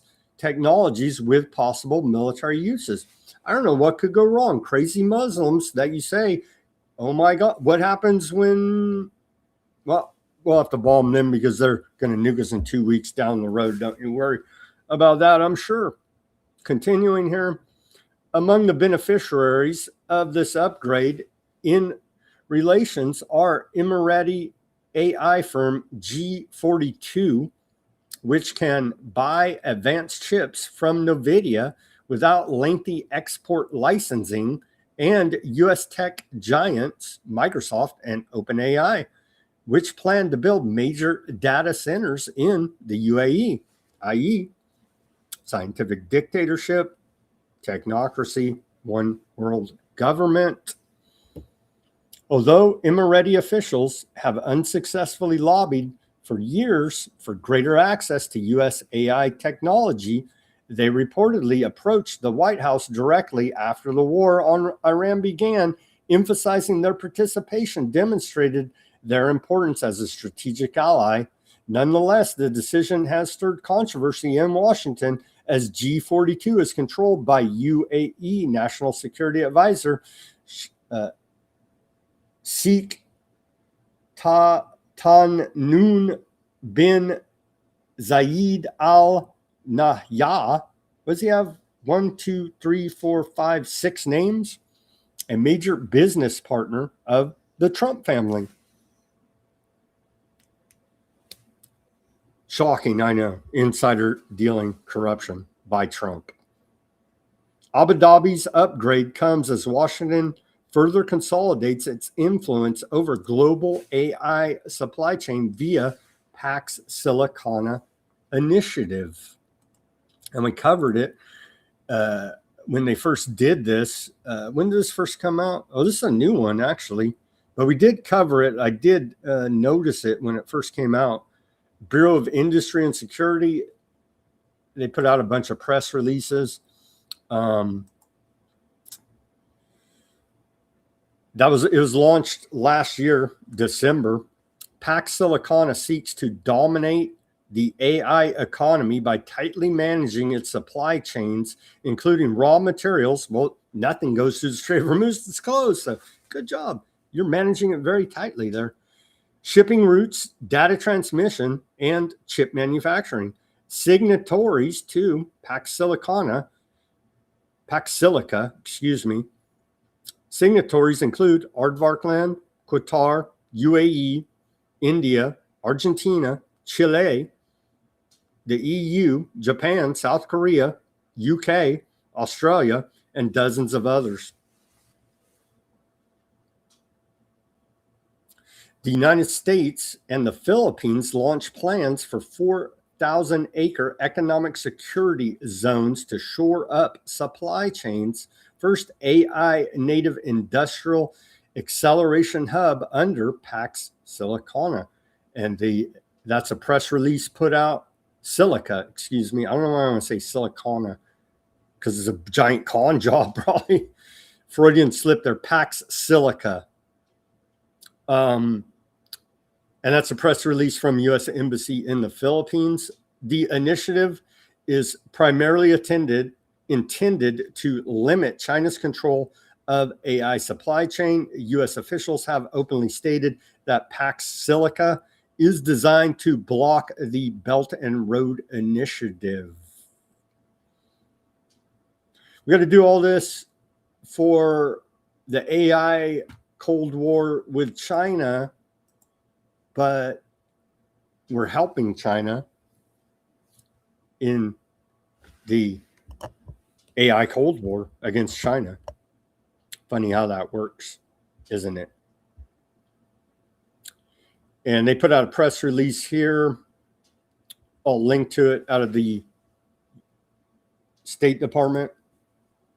Pax Silica Summit. And again, apologies, I missed this. This was like 3 weeks ago, June 26, 2026. And they go through here and lay it all out. Launched under Secretary of Economic Affairs Jacob Hellberg in December 2025. Pax Silica is the Department of State's flagship effort on artificial intelligence and supply chain security.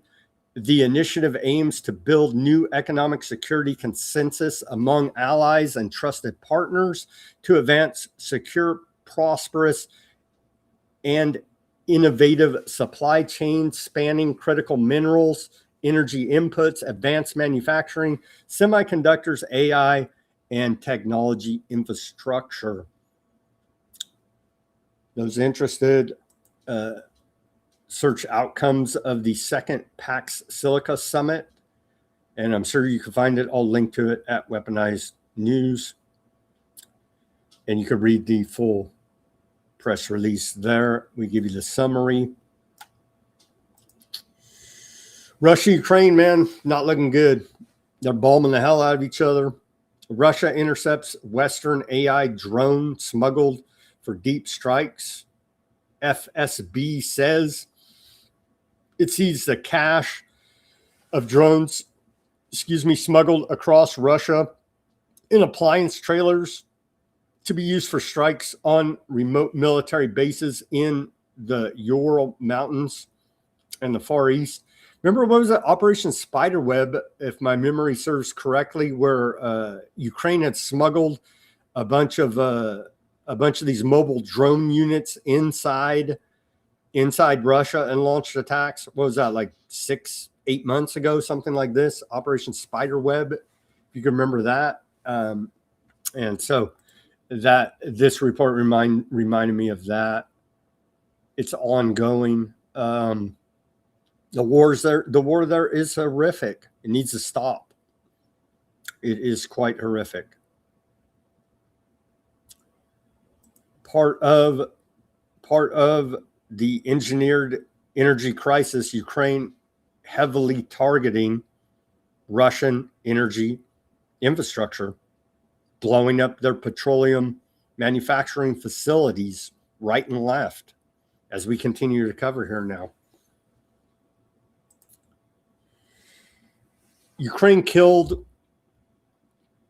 the chief engineer of the Russian-controlled Zaporizhzhia nuclear power plant in a drone strike on his vehicle. Rostom confirmed Alexander Yankolev and his driver were both killed. Russia said it was a deliberate act of terrorism by the Kiev regime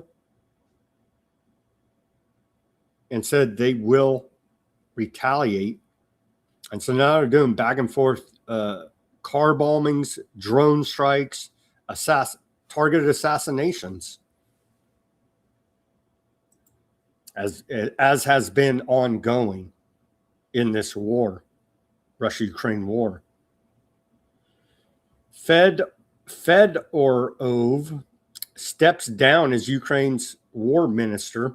Kiev's government reshuffle has brought an end to Fedorov's tenure as Ukraine's war minister, concluding the service of one of the country's most prominent technology-focused reformers.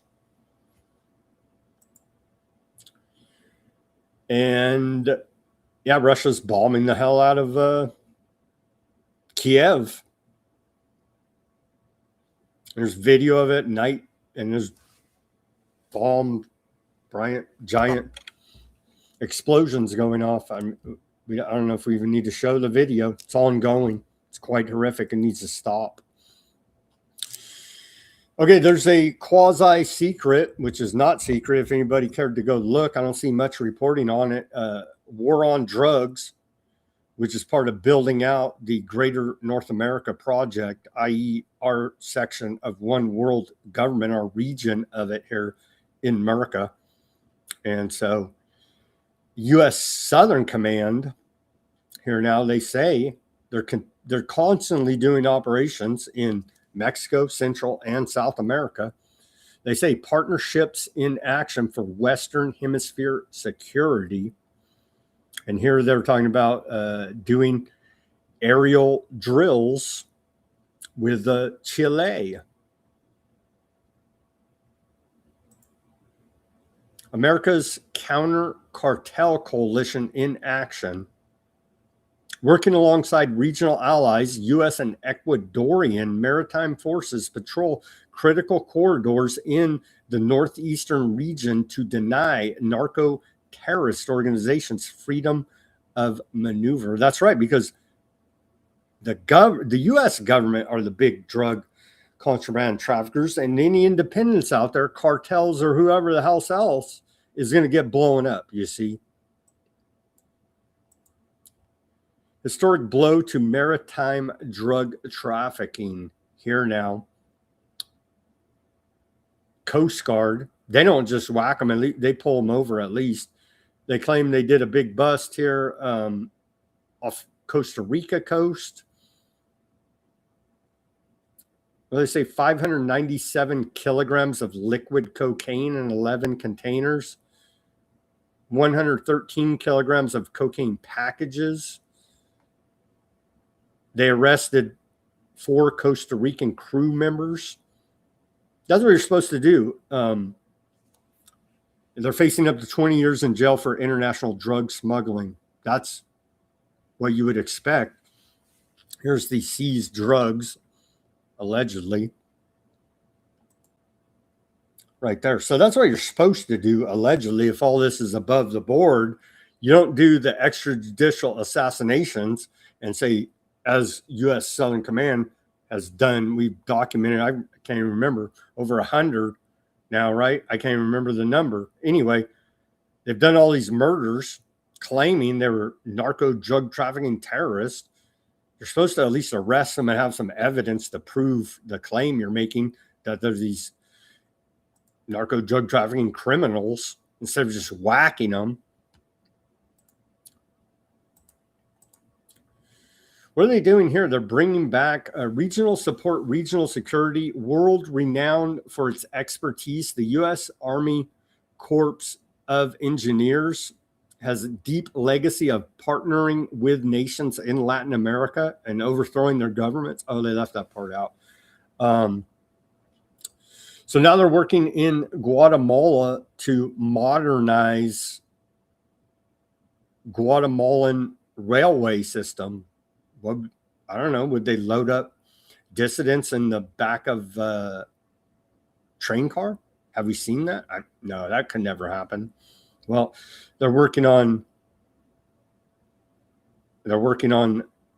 Guatemalan railway right now, the Army Corps of Engineers. Ecuador and the United States strike crime routes, they tell us. There you go. U.S. Southcom working with Ecuador to get those dirty drug traffickers. Senior defense officials looking at Cuba military operations. ZBS News reports. As the Iran war restarts following the collapse of last week's MOU, military planners have in recent weeks examined a range of options for possible action against Cuba, including an Army-led air assault involving thousands of U.S. soldiers to be carried out by the 101st Airborne Division, the only unit trained for such a task, according to multiple U.S. officials. They said, little Marco, Trump, a bunch of them have said it a bunch of times. Cuba's next. Cuba's next.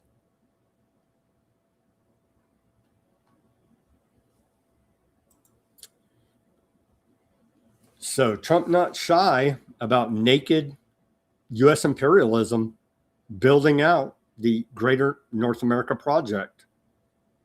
Not shy about it at all.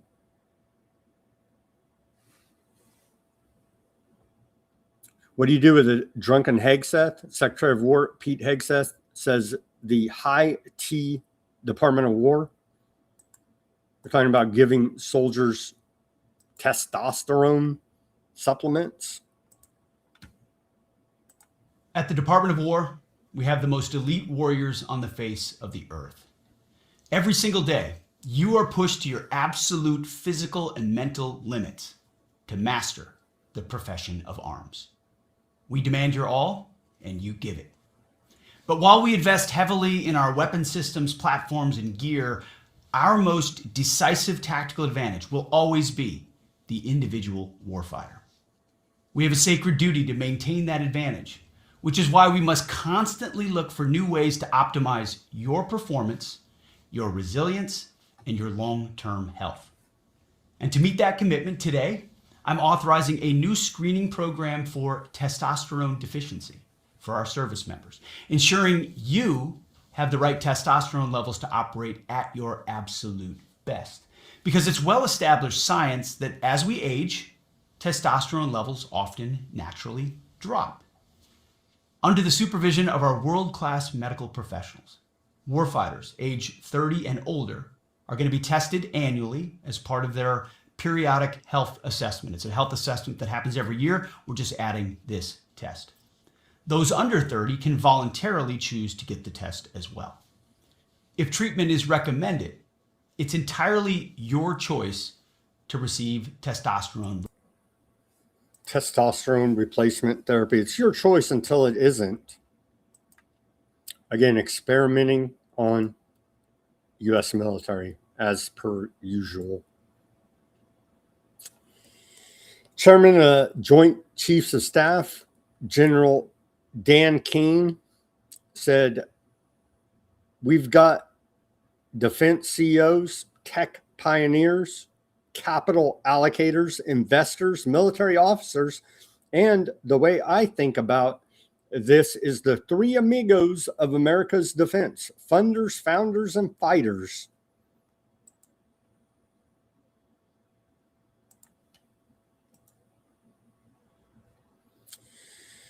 Meme of the days out of the Department of War here now. Ushering in the era of defense innovation, they tell us.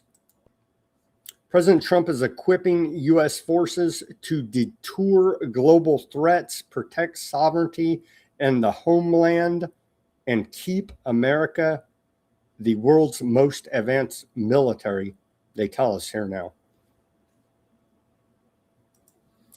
Out of the Department of War. We have some more memes of the day from the Department of War. I think we did here. We had Undersecretary Michael. I do realize we're past the 2-hour mark here and I have some errands to run. Let me continue here. We'll skip ahead. Let me just find you a meme of the day. I skipped a bunch because we had so much news. The links will be at Weaponized News Substack. Let me give you a meme of the day here. Another one out of the Department of War. And then we'll move on. Well, here you go. Stay locked in, patriots. They keep pumping this QAnon propaganda with AI memes. Stay locked in, patriots, to the never-ending war. Kill Trump. Massive Trump and coffin mural in Tehran's iconic Inqilab Square. Here it is. I put an image of it on the thumbnail for today's show, but here's a up close, better view of it.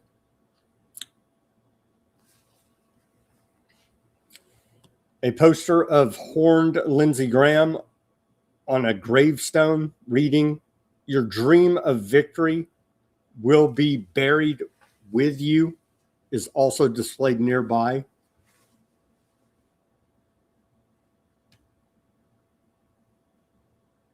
Yeah, they're kind of pissed off at Trump. He whacked their supreme leader, Khomeini, like over 50 of their top government dudes. So, yeah, they're pretty pissed off. And we just saw, what was it, estimated 40 plus million mourners for old man Khomeini when they did the 4 or 5 day funeral procession through Iran and Iraq. There's a lot of pissed off Muslims.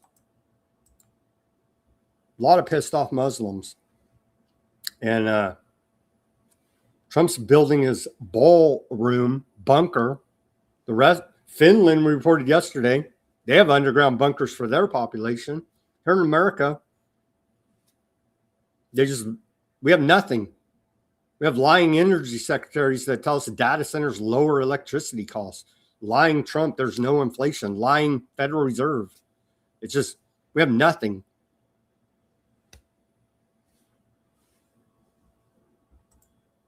They've done the job of stirring up millions, tens of millions of pissed off Muslims now. We have no defense. You're on your own here in America. Be aware. Be aware. And all the red flags. So all these pissed off Muslims at Khomeini funeral. We showed you the videos waving these red flags, a red flag of vengeance. Thanks a lot, Trump. Aardvark Land continues the demolition campaign on Lebanon. It's ongoing here now. Reports indicate that Aardvark Land has deployed suspected white phosphorus munitions there in southern Lebanon. That's a report out of the Cradle. They have some video of it. It's kind of hard to tell from the video. Obviously, they have to go test and to 100% confirm it. It's been confirmed. They have previously used white phosphorus, a war crime there in southern Lebanon. It would not surprise me at all if this report is 100% accurate. I'll show you the video, see what you think. Is this white phosphorus being used there in southern Lebanon, a straight up war crime? I don't know. It's kind of hard to tell, right? They are leveling the place, whatever they hit them with. Here's more images. Southern Lebanon, ongoing demolition campaign. Tragically enough, there it continues. And you're like, Sam, but they're still whacking the Palestinians, right? Well, yeah, the genocide there continues. Killing during the day, bombing during the night. Aardvark land forces issued fresh evacuation orders across central Gaza on Wednesday night, tonight. There's a time difference, obviously. Followed by some of the heaviest airstrikes of the day, according to Gaza Relief Committee coordinator. An entire residential block in the Maghazi refugee camp in central Gaza was ordered to evacuate and then hit with heavy bombs, while other evacuation warnings were issued in central Gaza. Tonight is incredibly difficult. Amawai, and who's that guy? He's a refugee camp director. Said tonight is incredibly difficult. He said, sharing footage while the bombardment striking the refugee camp. Moments later, he described the pattern of Gaza's daily reality: killing during the day and heavy bombardment at night to level residential areas and force families to flee in search of safety once again. They're bombing refugees in tents on the Gaza Strip. Video of it.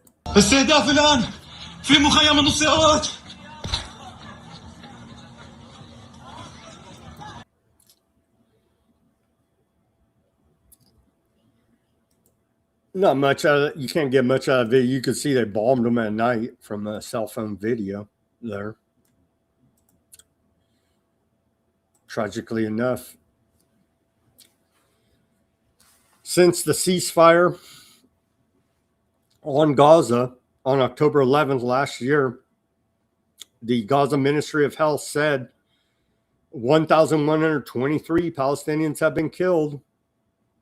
Civilians, mind you. 3,616 wounded. 800 bodies recovered from the rubble. The cumulative total since the genocide started on October 7th, 2023 is now up to 73,246 Palestinians killed, 173,727 wounded, according to Gaza Ministry of Health. Aardvark land occupation forces demolish residential and commercial structures in the occupied West Bank. Here's some images of that. It's ongoing. They're taking all of that land as we continue to report. Greater Aardvark Land Project. Here's some images of the ongoing demolition campaign.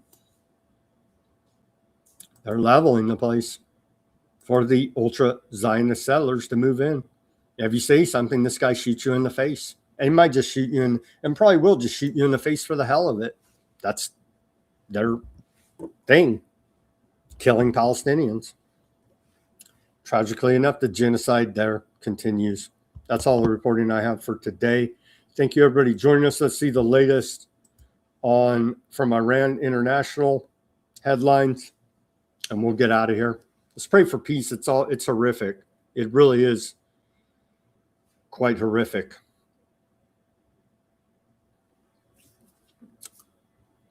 Iran International headlines. CENTCOM says U.S. forces complete latest strikes against Iran. We hit them with 2 major bombing campaigns today.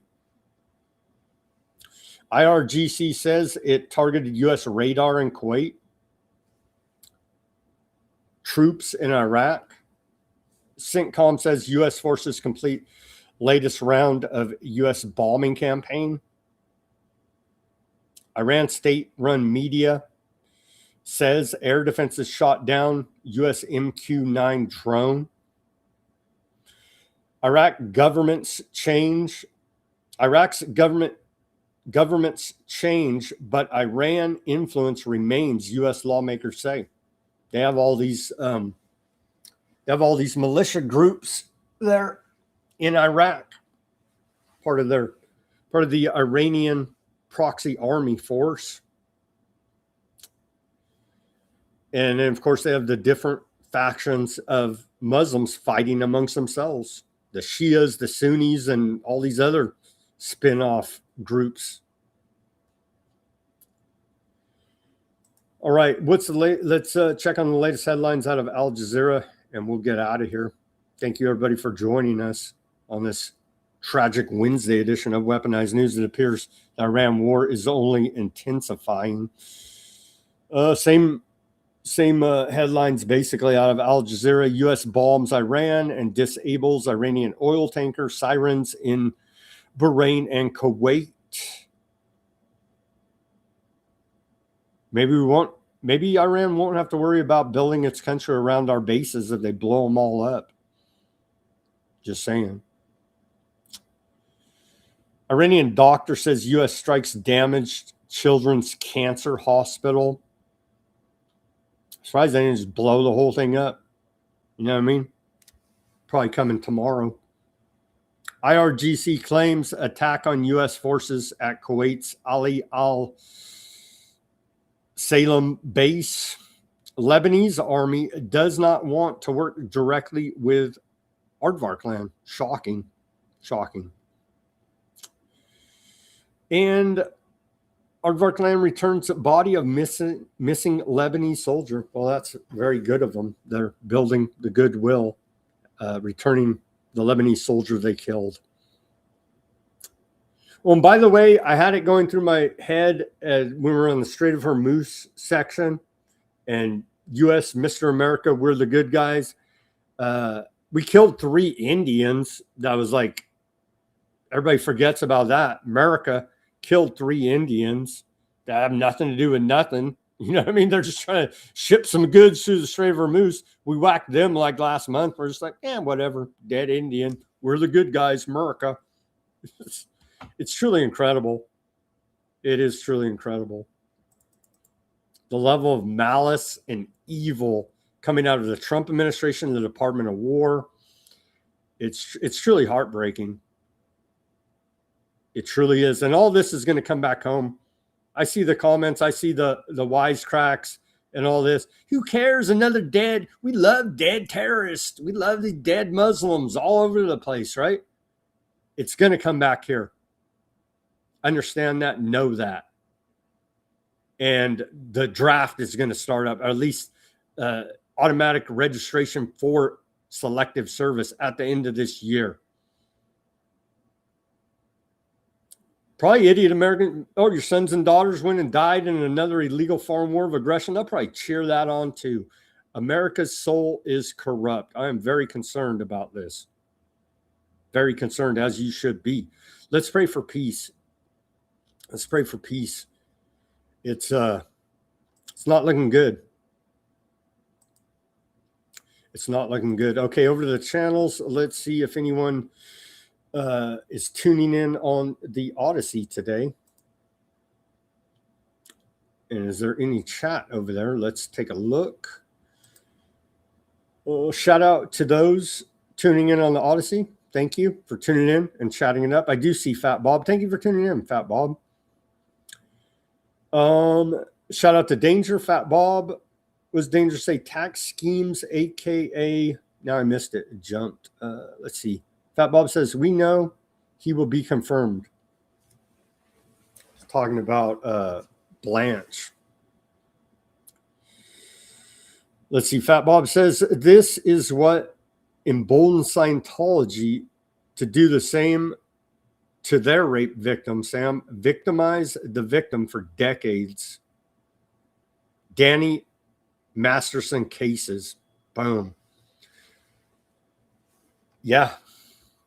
Bondi was bought by Scientology to always look the other way for their child human trafficking sex cult. To me, Trump administration maniacal callousness is based upon the teachings of L. Ron Hubbard. Want to go free? Become a lawless criminal. Some good insights there from Fat Bob on the Odysee. Shout out to John. John says, during Trump's first term, he put the country more than $8 trillion further in debt. He was surrounded by a herd of aardvarks in the black hats and clothes. They were grinning as Trump joked about signing a check with a T in the amount for the first time. Some conservative. Yeah, he's a great physical. Where are no physical conservatives left in the Republican Party. You hear Rand Paul every once in a while, national debt, a couple of them, well, there's national debt, and there's like, oh yeah, more war funding, everything aardvark. It's just like, F you criminals, man. Pisses me off to no end. I'm telling you, they're selling us out as we speak, and our children and our grandchildren's future is being sold out by these criminals calling themselves our representatives right now. Fat Bob says Jamie Dimon is in charge of rigging all precious metals markets. Yeah, I don't know if it's him personally, but he definitely knows. It's JP Morgan Chase for sure. But I've also seen reports that Houston Mullins, if you go back to his reporting, Eustace Mullins, if you go back to his reporting, he said that the city of London, Rothschild, set the price of gold every day. I don't know. You know what I mean?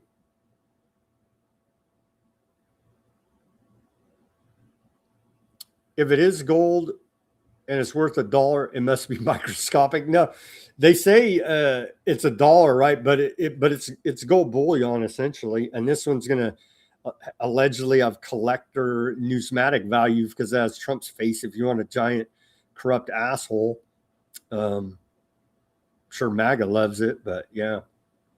All right, great conversation there, gentlemen. Let's see here.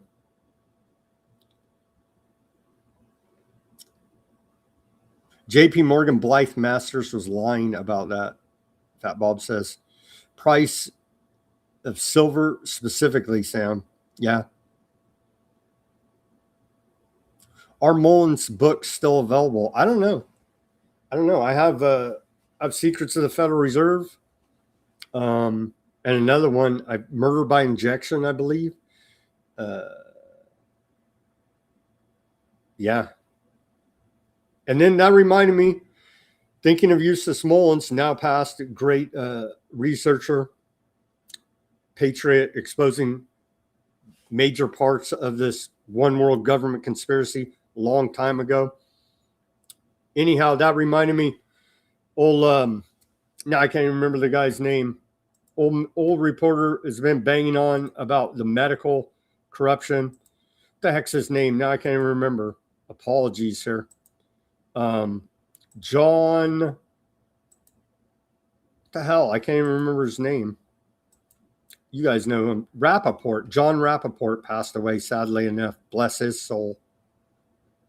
Bless his soul, John Rappaport, independent journalist.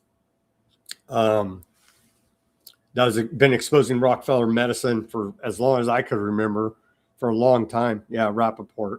Bless his soul. He left us this last week. Yeah. Thank you guys for tuning in. Let's see.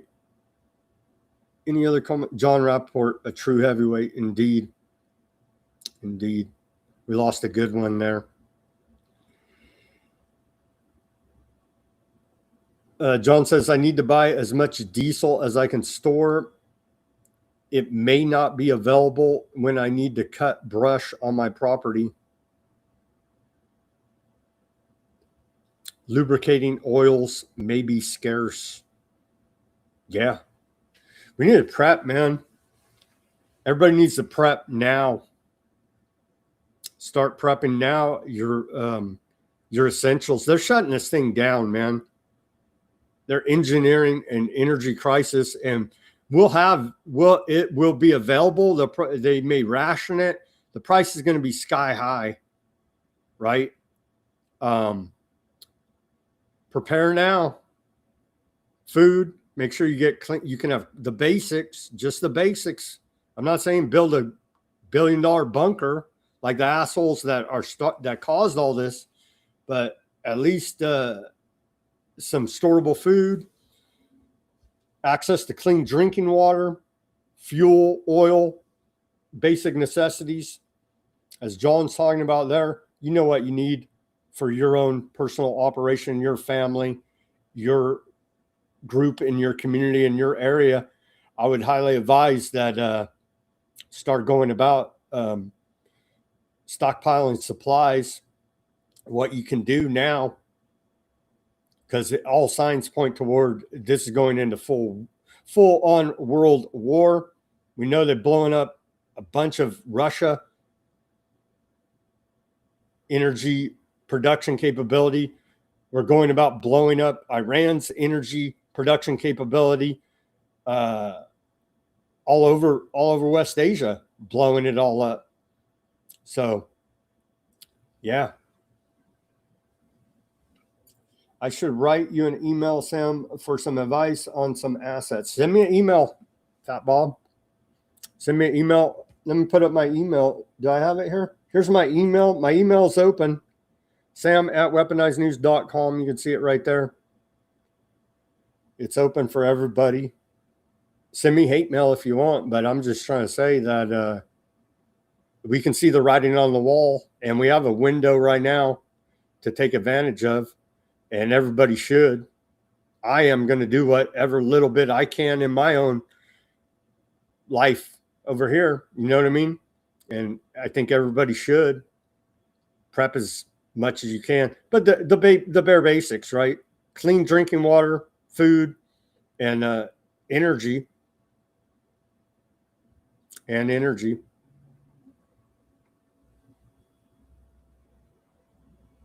No way would I hate mail you unless you stop the Lego videos.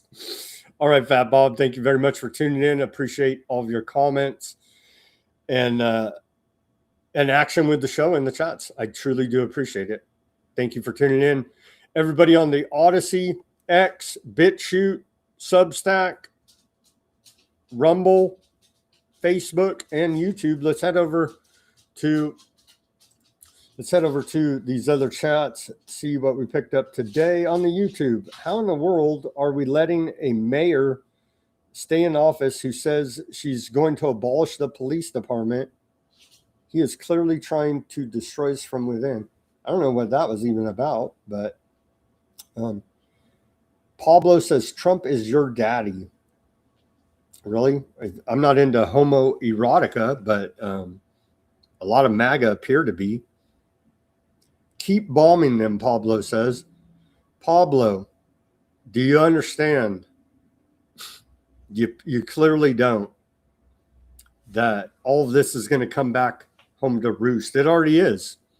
It already is. And we're not going to achieve a regime change in Iran through bombing. I know it's hard for people calling their Trump their daddy to understand these things.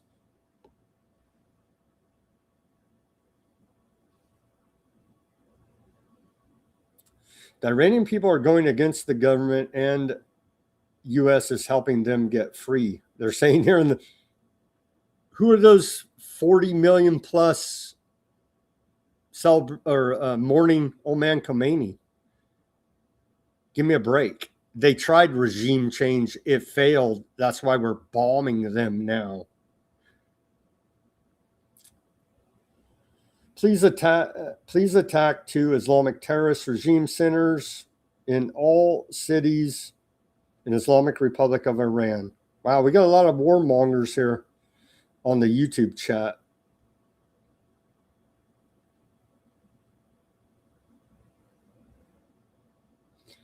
Pamela on the Rumble says, no, but just searched. It sells at $450 US, totally beyond anything in my spending, but sounds heavenly. Oh, they're talking amongst themselves. Apologies there. Let's see here. Finish the job once and for all and get rid of them shits forever. We attracted a lot of warmongers apparently in the YouTube chat. Hey, peace, brother. How about that idea?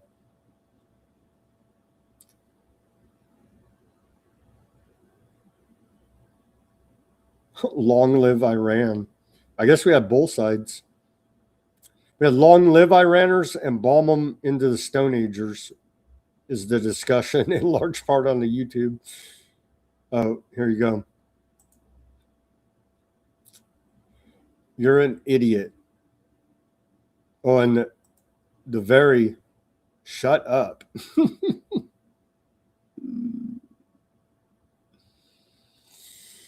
Oh, man. Let's see. Quite a bit of chatting, though. And I guess we had both sides represented.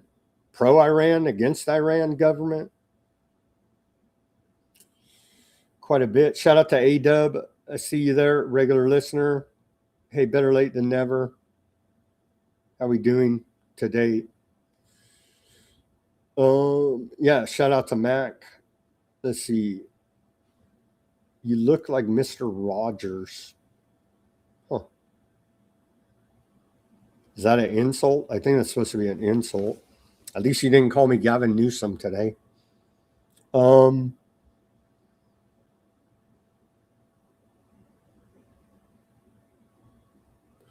Mel says, everybody still has to register for the draft. It's been that way, nothing new. They automatically register. I can't even fight with people that don't research, okay? We've reported on it. I report every freaking day about this stuff. At the end of this year, they're going to automatically register everyone eligible for selective service. Exactly what I said. Gypsy cops become ICE. Yeah, looks that way. I don't know if they're gypsies, but they're definitely not qualified. Thank God for Trump. Really? Really? Ice baby, they say. We're not getting, he's lied about everything. What are you thankful for? High prices, no mass deportations. That's what you're thankful for? Merging our military with Aardvark land, never-ending war? You're thankful for that? You're some sadistic people. Let me tell you. I still want to know who did Trump supposedly rape. There's a bunch of them. There's a bunch of them in the Epstein files that were reported to the FBI that were never investigated.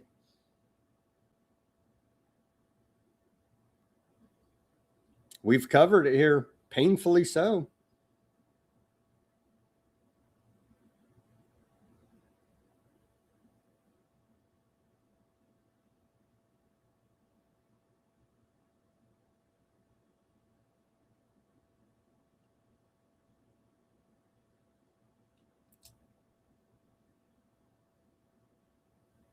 Ruckus says, I had this same exact theory ever since I decided to become Ruckus.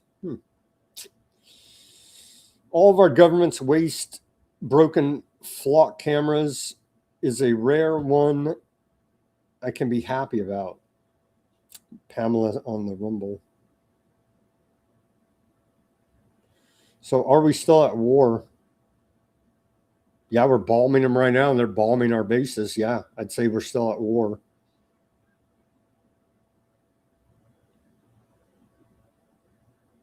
Operation Warp Speed made sense. Oh my gosh. Oh my gosh. An unpayable debt simply won't be paid. It's as simple as that. I agree that it's not going to be paid. they're going to crash the entire system and bring in the whole mark of the beast system.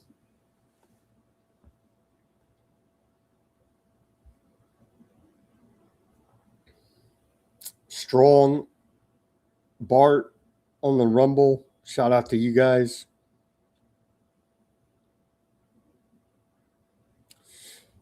$5. Did you give me $5, Strong? I don't know.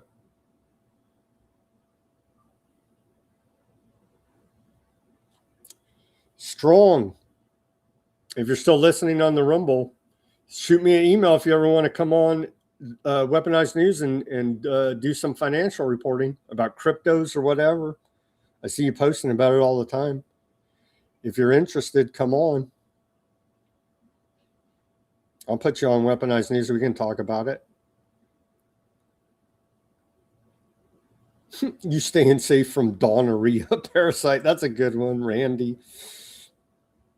Trying to stay safe. Warfighter sounds so cringe. It's all cringe coming out of the Department of War. John Rappaport, people are remembering, yeah. Yep.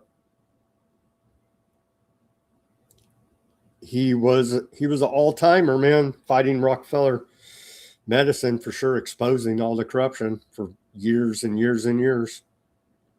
Rest in peace, John Rappaport. Let's pray for peace. Let's pray for peace as well. As always, everybody do your own research, peace, love, and freedom. Speak out and take action. Have a great rest of your Wednesday evening. And we'll be back here on Thursday, hopefully with Ruckus riding shotgun for more Weaponized News. Pray for peace and have a great rest of your evening. We'll see you tomorrow for more Weaponized News.